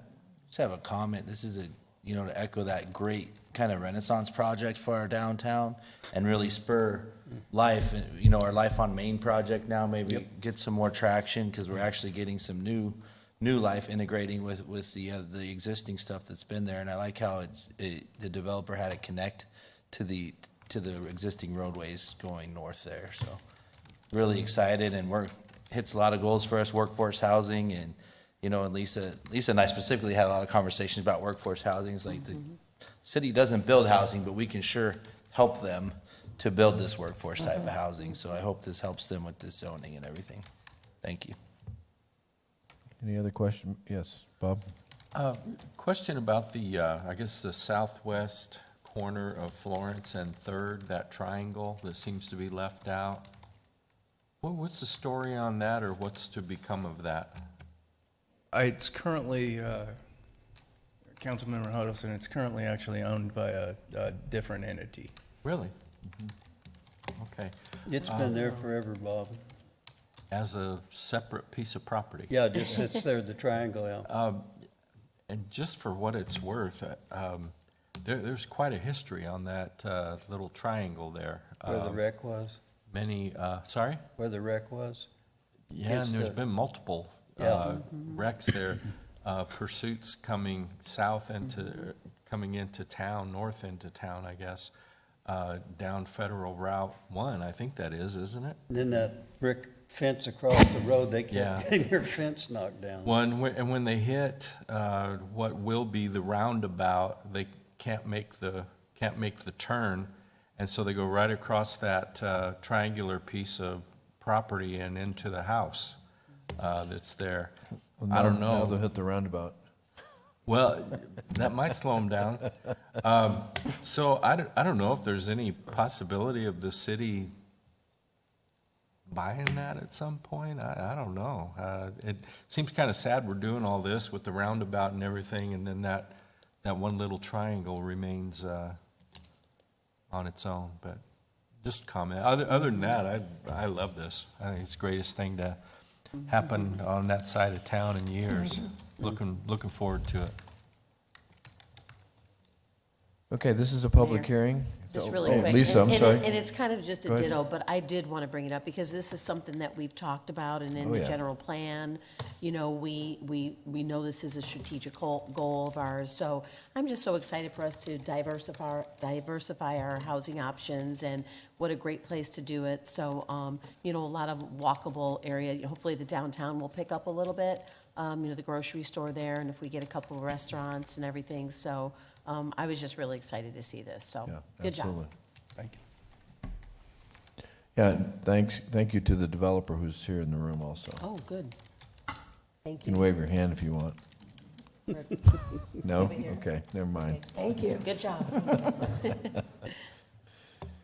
All right, this is a public hearing, so I'm going to open the floor to the public. If there was anybody here who would like to speak to the council on this item L4, they're welcome to come forward. Please state your name and your address, and keep your comments to 3 minutes. That's pretty tough for me.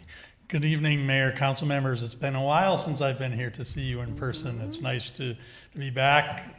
Thankfully, the numbers are coming down enough that I felt comfortable. I've been vaccinated both shots now, so glad to be back here and make your life a little difficult again. I absolutely am in favor of this project as well. I've spoken with the developer on it at length and posted about it, and we've had discussions in my group, and everybody is excited because what's going to be so great about this is that they're a little bit smaller lots, a little bit less house will go on these, which will make it be a little bit more affordable. It's not going to be subsidized, but it's a little bit more affordable from everything I understand, and this is a perfect place for that. The projects you're going to hear next is going to continue the urbanization of this area a little bit here, which again will help downtown and points to the west. Some of these people may end up working at the new business right across the street. It's very possible that you probably all are aware of that will be opening soon. So I'm in strong support of this, and it's good to see all you again in person. Thank you. Good to see you, John. You're out of your cave?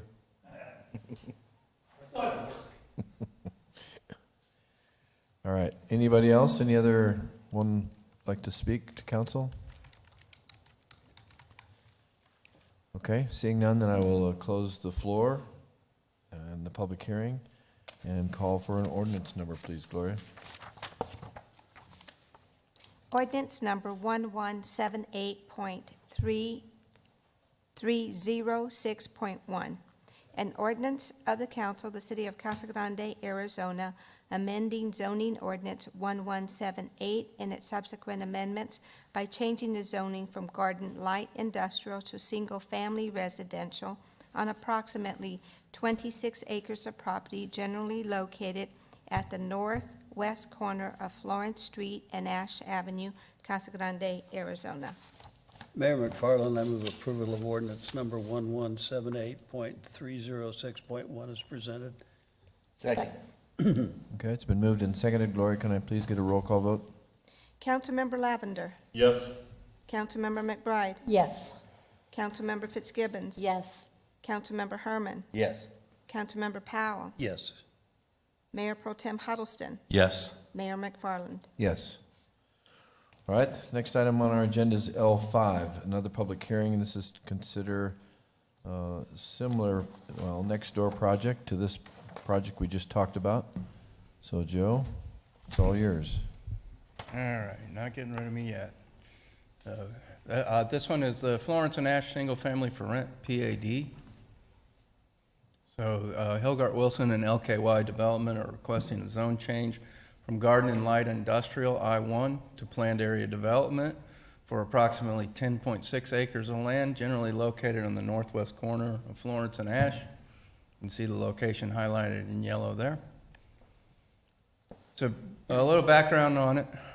In 2019, staff gave a study session presentation on this particular type of product, the single-family build-to-rent product. We outlined the challenges that the city code presented in entitling this type of product due to the fact that it's a little bit of a hybrid zone district between single-family residential and apartments. So like single-family, the dwellings are standalone, single-family and duplex units. They've got typically have private walled yards and patios. Like apartments, it's all on a single lot, multiple dwelling units offered for rent. Each dwelling unit is designed with a similar design aesthetic, so the project feels cohesive. And then it also provides common open space and recreational amenities for its residents. So staff narrowed down potential zone district that would allow for this type of product. It included the R2 district and the Planned Area Development District. Each still presents certain challenges. So this request is actually for a PAD. So LKY Development is proposing, and now we'll go into a little overview of the actual proposal. So they're proposing a PAD to entitle this 10.6 acre property as a single-family build-to-rent project. This is the first request of this type for the city. The request for PAD zoning does provide some flexibility. However, the residential product is difficult to completely align with the 2003 residential design standards for planned area developments. The project is anticipated to develop as a mix of unit types with 1- and 2-story detached and duplex units with 1 to 3 bedrooms. The conceptual land use plan provided shows a site layout with 116 units at an overall gross density of 11 dwelling units per acre. The specific site layout and design will be approved through a future major site plan submittal. So staff sees this request as a good addition to the nearby downtown area and believes that the project provides the potential to facilitate in that revitalization of the downtown area, particularly the southern portion. So when looking at the PAD review criteria, we look at the following items. They've all been covered in the staff report that was provided. Tonight we're just going to key on the 3 top ones. So the first one we're going to talk about is the relationship of the plan elements to the conditions both on and off the property. The proposed project is being submitted concurrently with the neighboring traditional single-family residential zoning of 112 units. Combined, the submittals will provide a good transition between the downtown area and the industrial corridor. You can see there's the R2 that we just looked at, and then the project that's being proposed for this particular piece. The next one is the relationship of the plan elements to conditions both on and off the property, or actually it's continuation. So one item that the applicant and the staff were unable to come to an agreement on was the required setbacks regarding the perimeter buffer, particularly in the case where the site abuts the industrial zoning district. So staff and the Planning Commission felt that the perimeter buffer area between this use and the industrial zone property should be 15 feet. The applicant is proposing a 15-foot setback to the structure with the ability to have covered and uncovered patios project within 10 feet of the property line. So staff believes that that 15 feet of setback to the patio and all other structures would provide a sufficient buffer to promote the healthy growth of landscape materials, creating a natural buffer between potential adverse uses. So staff will also evaluate future industrial proposals and, if necessary, impose additional buffer requirements on those proposals to ensure a proper buffer between the 2 uses. And you can see that's the location of the industrial where it is abutting the project and where we feel the 15 feet is necessary. So the next one we'll look at is conformance to the city's general plan. So the site's located within Community Center General Plan Land Use category. The Community Center Land Use category allows density up to 20 dwelling units per acre. The proposal is requesting 11 dwelling units per acre.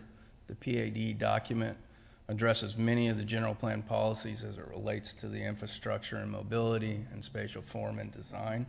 So these standards will further be analyzed at the time of site plan submittal.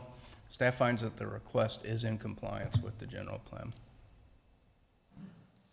And the following one, the last one that we'll talk about is conformance to the city's zoning ordinance.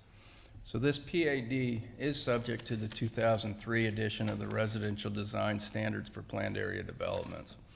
These standards covered various requirements such as open space allotment, front yard landscaping, housing product, lot sizes, setbacks for the residential development. As previously mentioned, due to the nature of this project, certain design standards are difficult to achieve and not desired for the overall success and aesthetics of a project like this. The design standards do allow the Planning Commission and City Council to depart from those requirements if it can be demonstrated that the alternative standards proposed achieves the same goals of diversity, creativity, and sustainability sought for residential PADs. The PAD design standards provide 4 criteria to allow for possible exceptions. The applicant and staff believe that the following 2 exceptions apply to this request. First one is that a proposed infill housing development on a parcel of land between 5 and 50 acres that is typically surrounded by established residential neighborhoods may qualify for some departure from the residential design standards. The next one is more applicable probably, is that the development proposal is so unique that strict conformance with all the requirements of the residential design standards would be counterproductive to achieving the diversity, creativity, and sustainability sought in the PAD. So the following design criteria within the 2003 PAD residential design standards have not been adhered to due to the nature of the product that's being requested. That includes the single-family lot sizes, the setbacks, the number of floor plans and elevations, the covered patio, and some architectural detailing. In regards to notification, again, staff met or exceeded all required notification efforts. We did get one call this week from Daisy Brand, just inquiring, more interested in what's being proposed and if it would impact their facility in any way. So Did they Planning give- Commission on a 6-0 vote recommend the mayor and city council approve the zone change request, DSA 200018 from Garden and Light Industrial, I-1 to planned area development with the following condition. Revise the PAD guide to clarify no portions of the residential structure nor patios shall encroach into the 15-foot perimeter setback abutting industrial zoned or used areas. And do we have any questions? I was going to ask if Daisy Brands had any comments, positive or negative. No, their site's actually separated by another parcel in between this use and that. It was more of a question of whether this would impact, would they get calls or have concerns from neighbors if they moved in next to Daisy Brand. Daisy Brand tends to, I've never been aware of an issue or a problem that they've presented to the community. So there wasn't a whole lot of concern on either end. I think it was just more questions. I was just curious, that's all. Thank you. Anybody else have some questions on this? Matt? I had a question about the 15-foot setback, how important that is to the developer, and, you know, how they agree with that, because the 15-foot setback, the way I read it, would still apply to the actual living part, the indoor living part of the house, not just the patio. And then, if I'm not mistaken, on the other side of their boundary, there's gonna be another 15-foot buffer for industrial with trees, walls, vegetation. So, I mean, I don't know how detrimental it is to their business plan, because this is the first of its kind. People all over the state, and especially in this area, are clamoring to get this type of housing unit. And I don't want to be onerous to, especially the first person that's doing it, because I think we have those protections, you know, with the 15-foot setback on the other side of the wall as well. And it's up to them, you know, it's their product. They know what it is going into it. You know, that's what I'm wondering. You know, I mean, if they know what they're getting into, then, and they want to do it, I don't think it creates any safety hazards or anything like that. I think it's more nuisance type stuff for the residents. But again, the indoor living area is still agreed to be at that 15-foot, just not the covered patio, which people do use a lot for living, but then you've got the other 15-foot, so you're 25-foot from the edge of the patio to the industrial, and then plus they'll probably have even more. So I don't know how important that, you know, you brought it up, so I don't know how important that was to the developer themselves, because, I mean, they own the land, they're trying to do something, revitalize downtown, and, I mean, how important is it? Councilmember Herman, I'll let the applicant actually speak on his opinion on that. I can say that the staff evaluated it and felt that 15 feet would provide a better growing area for landscape. And the adjoining property there's actually a 45-foot setback to any structures from industrial to residential. Oh, wow, okay. So, and we would evaluate whatever the proposed uses of that industrial, and also have the ability to impose additional standards to it during the review of their site plan or their proposal. So there are other mitigating instances that we could do. It's actually as well. 45 feet on that side, not 15. Yeah, the 45 feet to the actual structures. Now, Okay. the uses that occur in that 45 feet aren't limited, but we would certainly evaluate that at time of any proposal to the adjoining properties, or to the north or to the west.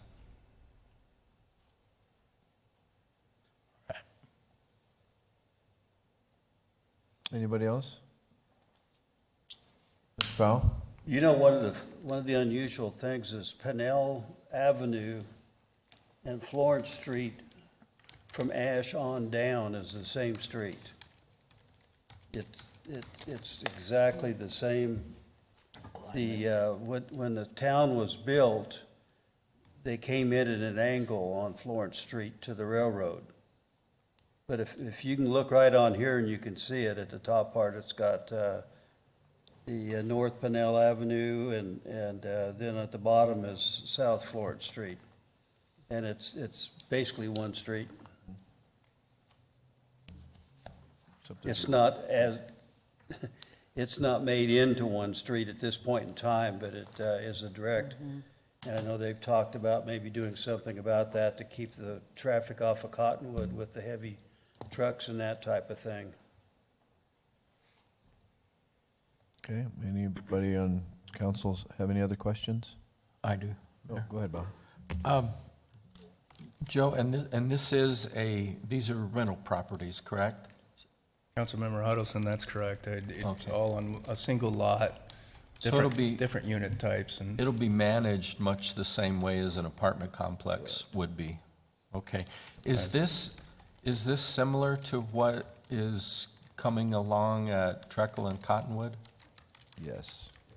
yes. Okay, okay. I was just curious Yeah, about those. We've received a lot of interest over the past, probably started 2 years ago on this particular type of product, which led to that study session, and now we're actually starting to see those submittals come in. Okay, all right, thank you. Anyone else? Okay, this is a public hearing, so I'm going to open the floor to public hearing on this project. If anyone was here would like to speak to it, please state your name and address, and try and keep your comments to 3 minutes. If you need a little more, we can always accommodate. Good evening, Mayor and council members. I'm Cindy Paddock, Hilgard Wilson, representing LKY Development, the developer. Joe did a great job of outlining this very brand-new product to the city, and again, I know that it has been an interest in coming to the city for several years, and LKY is really excited to be the first one to actually make an application. We think this location is just, has been noted by a number of the council members, just key in so many different ways to kick off some revitalization in downtown, some workforce housing, and hopefully provide some future housing for all the employment uses that are being developed west of here. As Joe noted, the only point of discussion we still have on this, in support of all the staff, they were great to work with on this. Again, there was lots of issues to discuss because, as Joe noted, it didn't really fit into any of the exact categories. The only issue is this 15-foot perimeter setback. We have looked at this. One thing to note is this is a conceptual site plan. There is no actual builder associated with this property yet. Basically, and Larry could speak to this, he's had lots of interest, probably not going to see a builder sign up until the zoning is approved.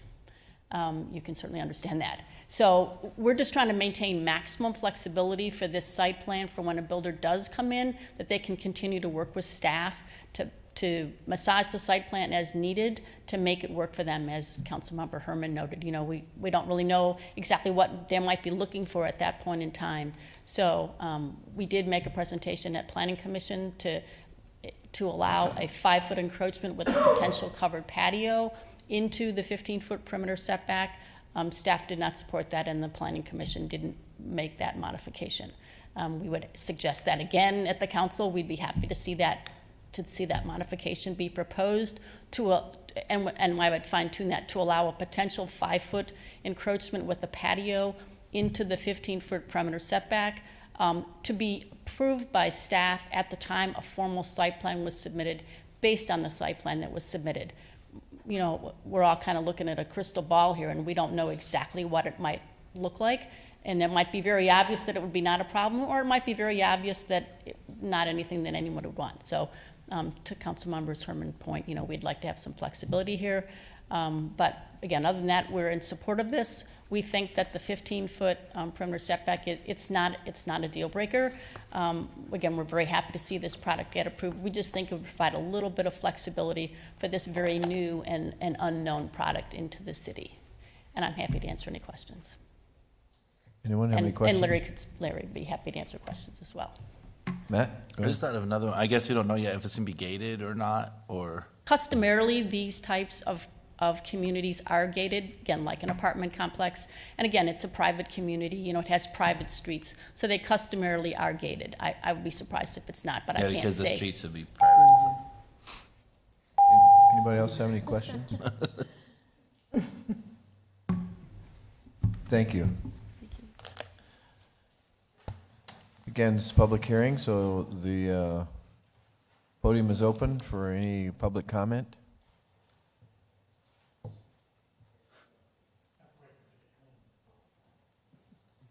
Does that mean you want to make a comment, John?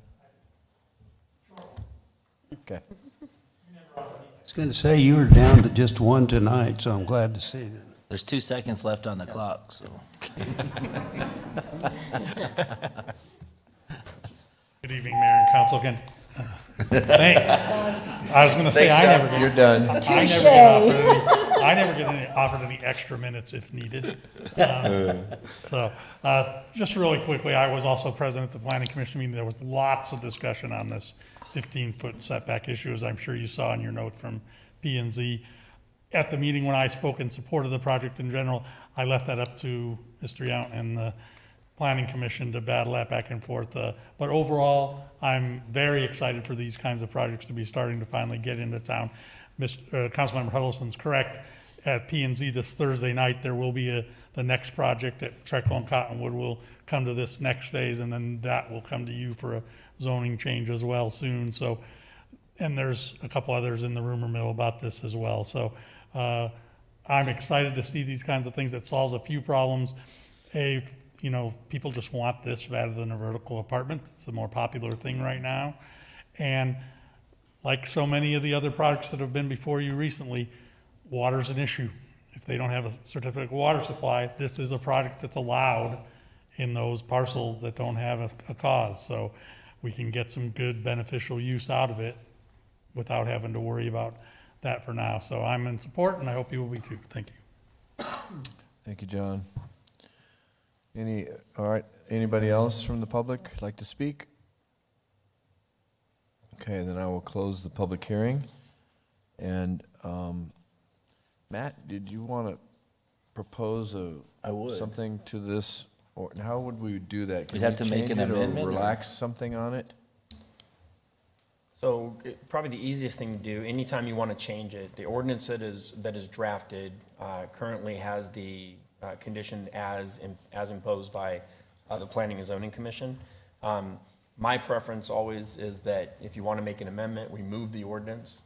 And then once it's moved, you can move to amend the ordinance to make any changes that you would desire.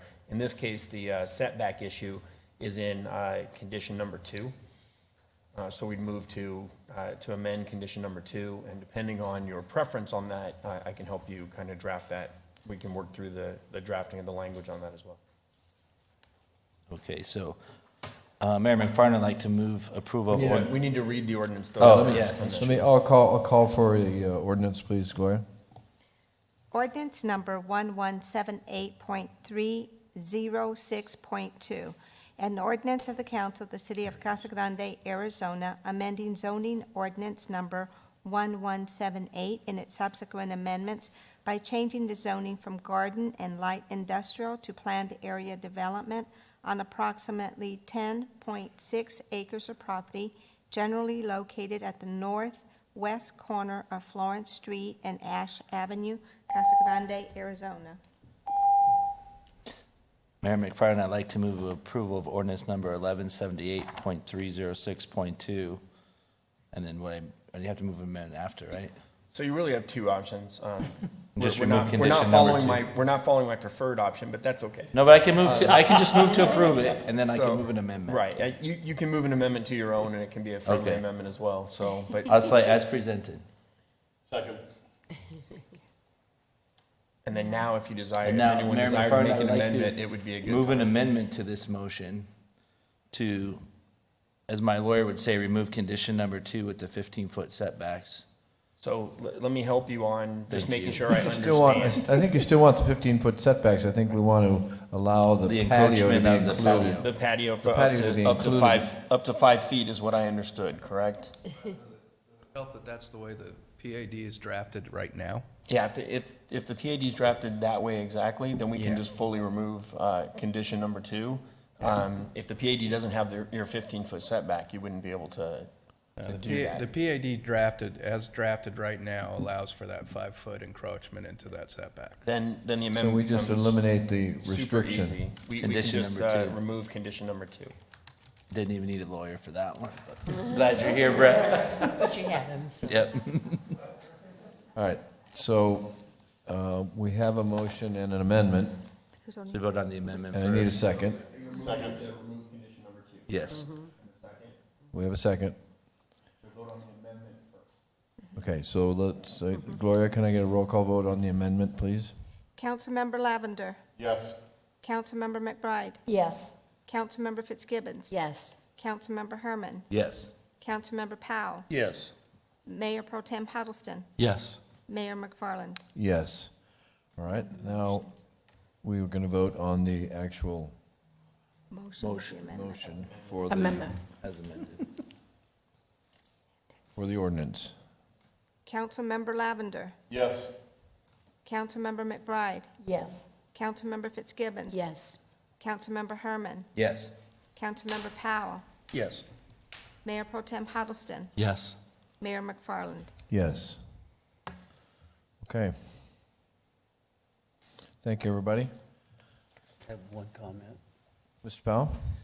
I just wanted to make one comment. I think one of the smartest things we did is with the wording of compatible, that new development need to be compatible with what's around them. I think this is a good fit. I don't think there's any problem with it. And if you were doing that in a different location, it might be otherwise for sure. But I think that this is compatible with where it's at and should fit in fine. And let's find a builder to build this. All right, thanks to LKY and also to Wilson Hilgart tonight, so thank you. All right, that's it really for our agenda. We have one more item on the agenda, that is reports. So I will start with you, Mr. Lavender, if you'd like to go first. Sure. Well, today was an exciting day as our students returned back to school after a long delay. I often think about what Councilman Herman told me once about when we had the flood of 2008 at Belago. I showed up a Friday morning. We had 2 feet of water in 2 of our wings, and Matt was always amazed that we were relocated 7th and 8th graders at the high school on Monday. But that was dumb luck, that the high school was available for us. You're supposed to say good leadership. It was dumb luck. But our teachers and our community have really risen to the occasion. We were not prepared for a pandemic. When we went home last March for spring break, we had no idea it would be almost a year to probably being back full-time. And so as Teacher Appreciation Time is coming up, I really think something the council, all of us, recognize in our teachers in the community and what they've been through this last year of having to change how they teach and stuff. And it was a big difference today from the 4 weeks we were on campus in October and November. A lot of our staff is protected because they've had both shots. And I know that wasn't possible without the leadership of our city manager and the mayor and advocating that educators be up on this list and getting them protected. And I know educators across our community really thank your hard work. And also, Casa Grande's own Jesus Ramos is now 15-0. He dominated and knocked out his opponent in the second round on Saturday night. And Just last Saturday. Last Saturday night on Fox, and I think there are great things ahead for this young man. And he's a great role model for this community. He's well-spoken, he's polite, but he's got a mean left and right hand. So, Hey, Jeff, when is Teacher Appreciation? Mayor, it's usually the first week in May, I believe. Okay. So, but it would really be nice to maybe send out letters to all of our teachers. Some of us visit the schools and thank them. They've been through a lot of tears this last year, I can tell you that. Make sure you share any activities and events you might be having. Yes, sir. Okay. Again, thank you for both of your leadership and making these things happen. Great, thanks, Jeff. Donna? You know, I probably in the last week and a half have had more in-person meetings than we have in 6 months. And I can't tell you how wonderful that has been. Just a couple things. I did get to go visit our city court and help plan out the law day that Judge Juarez is doing. I see Holly is here from Main Street. I got to meet with her about some things going on.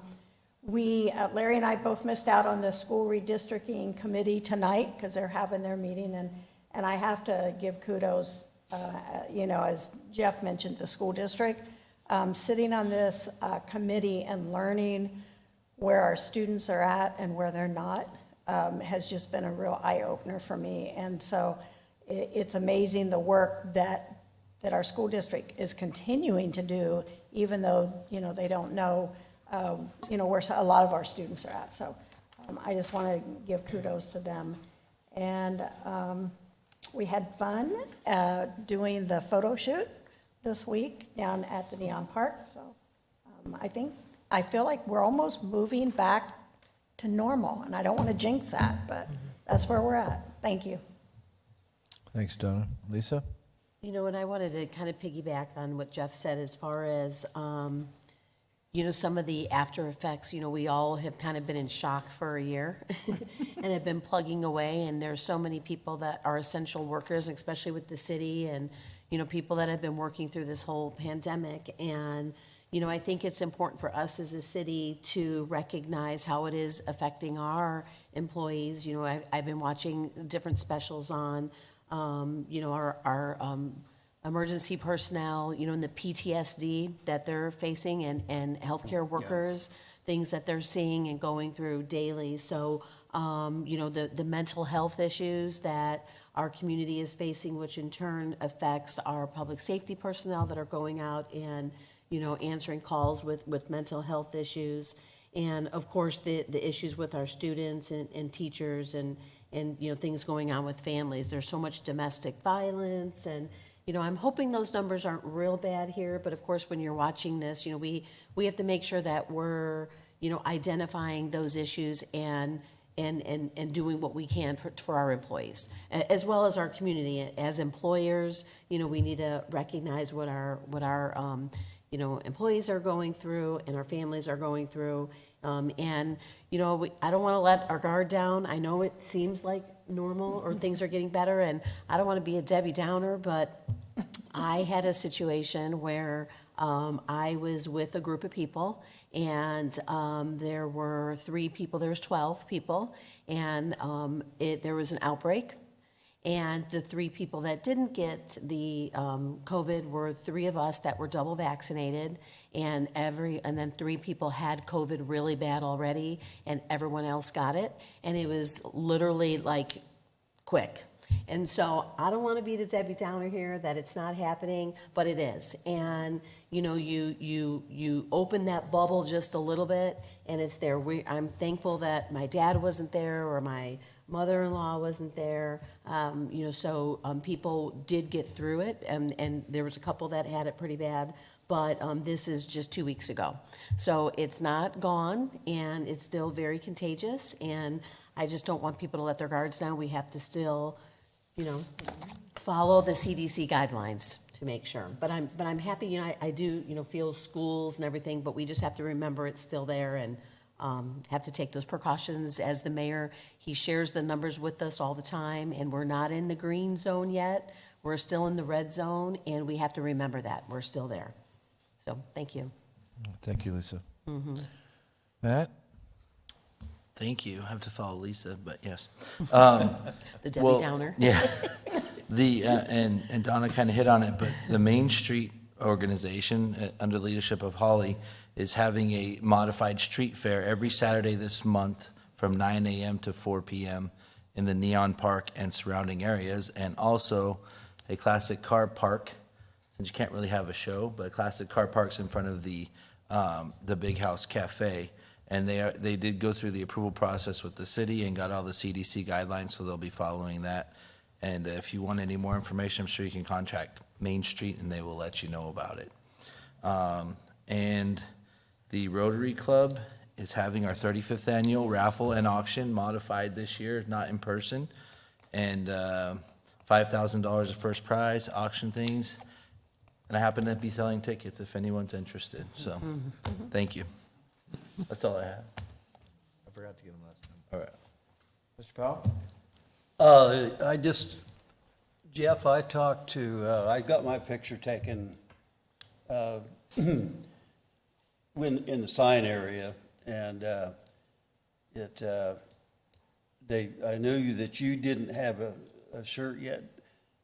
Larry has said that one is ordered, but if not, they said they would go ahead and make it look like it, the shirt, the dispatch did. That they could handle it, Superimpose the logo Yeah, if on you it. just had another, right, put the logo on there. So, and Holly, I just want to say I'm glad to see you here tonight, and hope everything is going decent with the downtown. I know everybody is just kind of swamped right now and trying to figure out what directions to go, and she identified a lot of our issues as far as why young people don't come down there. There's just not enough in there, and I think that it was she was very astute when she got the job. And she spoke out and said these are some of the issues. So we hopefully we can help you any way we can as a city, and I'm glad to hear about the advertising thing. Last of all, John, you're a heck of a stud, dude. You showed up here, you weren't feeling very good, were you? Had you been sick? Yeah. Okay, I didn't know if you'd been ill or not. He was ill, but He's not been from watching that. us on TV. Yeah, heart stuff. Well, I was gonna pat you on the back, but. All right. Bob? Wanted to congratulate you, Mayor, on the virtual town hall, the COVID information, a lot of good information on that program, and I want to give a shout out to Sun Life. They are very invested and stepped up and really made my day hearing the information that they had and the enthusiasm that they have.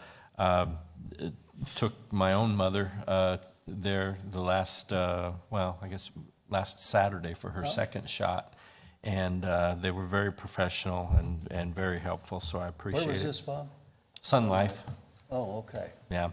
And LaTanya's testimony was heartbreaking in a way, but it was encouraging in the other that her immediate family has done well, but my goodness, she's lost several family members to this, and unfortunately that story is out there many times over. So anyway, it was a very good program, and I appreciated it.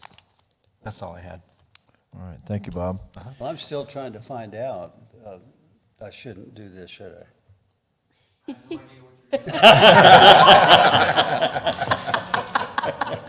Err on the side of caution. All right. No, I just was gonna state, I've had all the month of, this last month, I've been on the COVID and on quarantine. And now what I don't know is about getting a shot. If I need to wait some or just get a shot or what. I don't know the answer to that, but I had signed up for one with the Pinell Health thing, but they never gave me a call, so. But as I say, now that it's behind me, well, I would love to get a shot, so. That's a question for your doctor, number one, I would recommend, but I think in general, within, 90 days. Well, he told me that they used to say 90 days, but you can do it much sooner now. I don't know if that's. You're saying 2 weeks? 2 weeks. Yeah.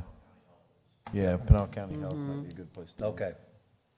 I went in and talked to them, but they didn't get anything done. Okay. Well, okay, so COVID-19 update, which is usually what I start with. The numbers are coming down. They were down again today. So keep doing what you're doing. We're not quite in the yellow yet. We're still in the red on infections per 100,000 and our infection rate. Hospitalizations are down in the yellow, actually almost in the green, which would mean they would drop below 5. They'd be less than 5%. And so our targets are less than 5% on hospitalizations, less than 5% on positivity, and less than 10 infections per 100,000. Once we reach all those green levels, then I will consider rescinding the proclamation on masks. So that should be our goal. Our goal should be to get there. We're heading there pretty fast. I expect that because of the vaccinations and, 12%, over 12% of our population and just within our city has had COVID. So that along with those who have been vaccinated, we're sitting probably at about 25% immunity right now, which is a good number. It's not where we need to be. So we still have a lot of vaccines left to try and get out in people's arms. The city is working with Sun Life to try and set up a kind of a max vaccination site. We'll have additional information here probably tomorrow, but I was cleared to let you know that it probably will be Wednesday, Thursday, and Friday of this week at our community rec center between the hours of 11 and 4. Don't just show up. You have to have an appointment. That information on where to get the appointment, you can go to Sun Life. Their website is, so keep an eye on their website. It's, I had it here.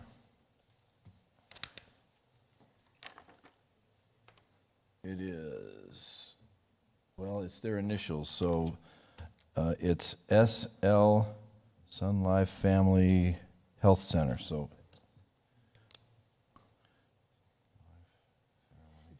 Center.org. So it's slfhs.org. C, isn't it? Center?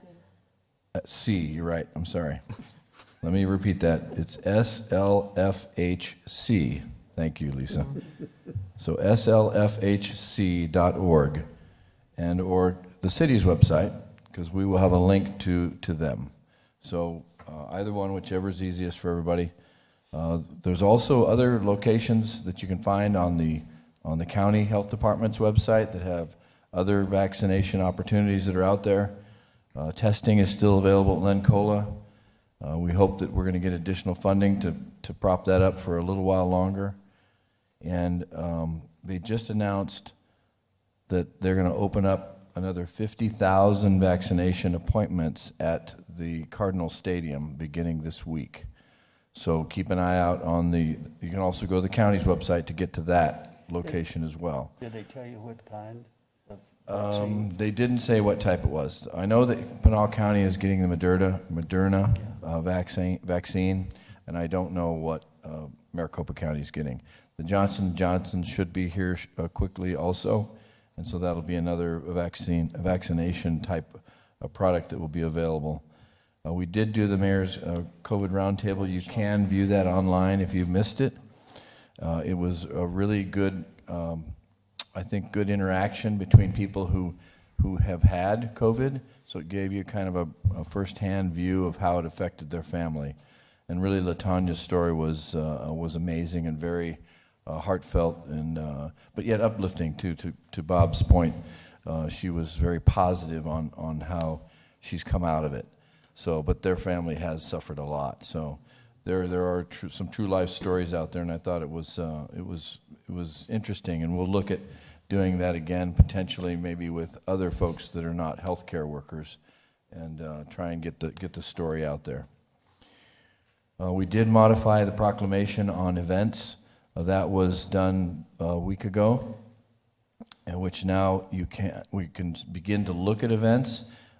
Suggest you send your requests into the city. You have to have a mitigation plan, and if you need an example, give us a call. We'll send you an example of what that mitigation plan might look like.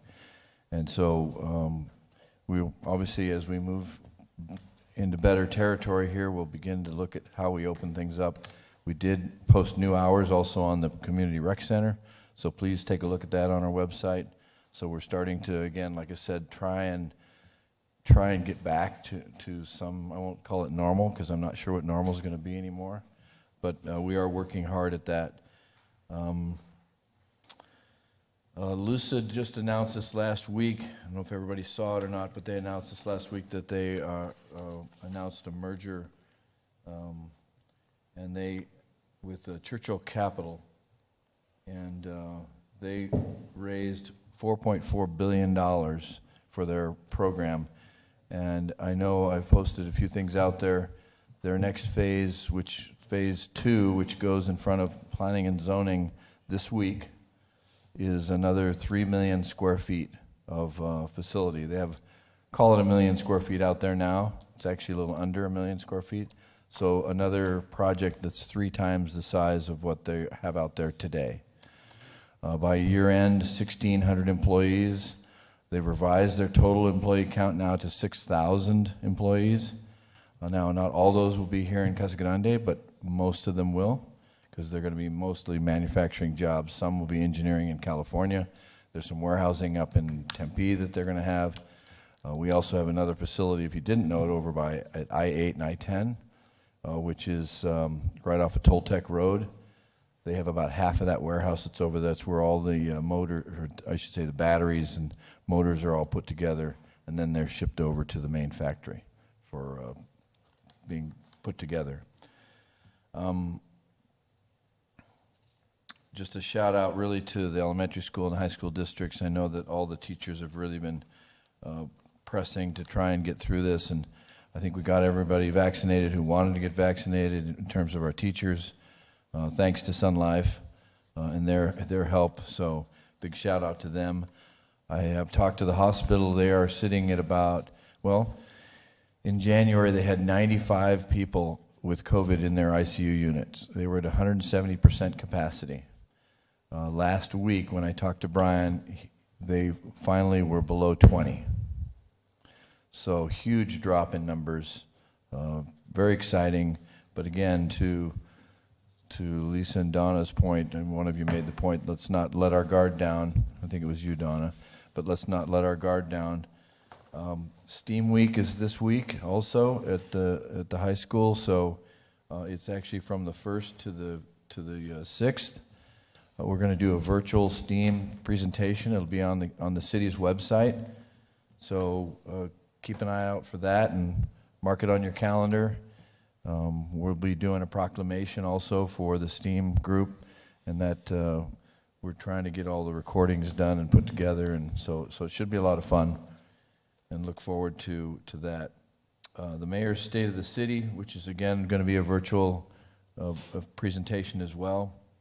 That's going to be on Wednesday, March 10th from 1 to 3. So keep an eye out for that, mark your calendars. And there were some ADOT restrictions that we had announced, but they actually rescinded them today. That was some closures for the bridge, the Gila River Bridge, and they're postponing it. So, and they're going to do it at night. So if you saw those restrictions, they have been lifted. So, because I know I put out some word on that, and I know the city did too on our website. I think that's probably about it.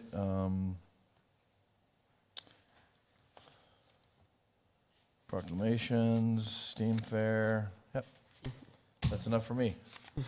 Okay, so, thank you, everybody, thanks for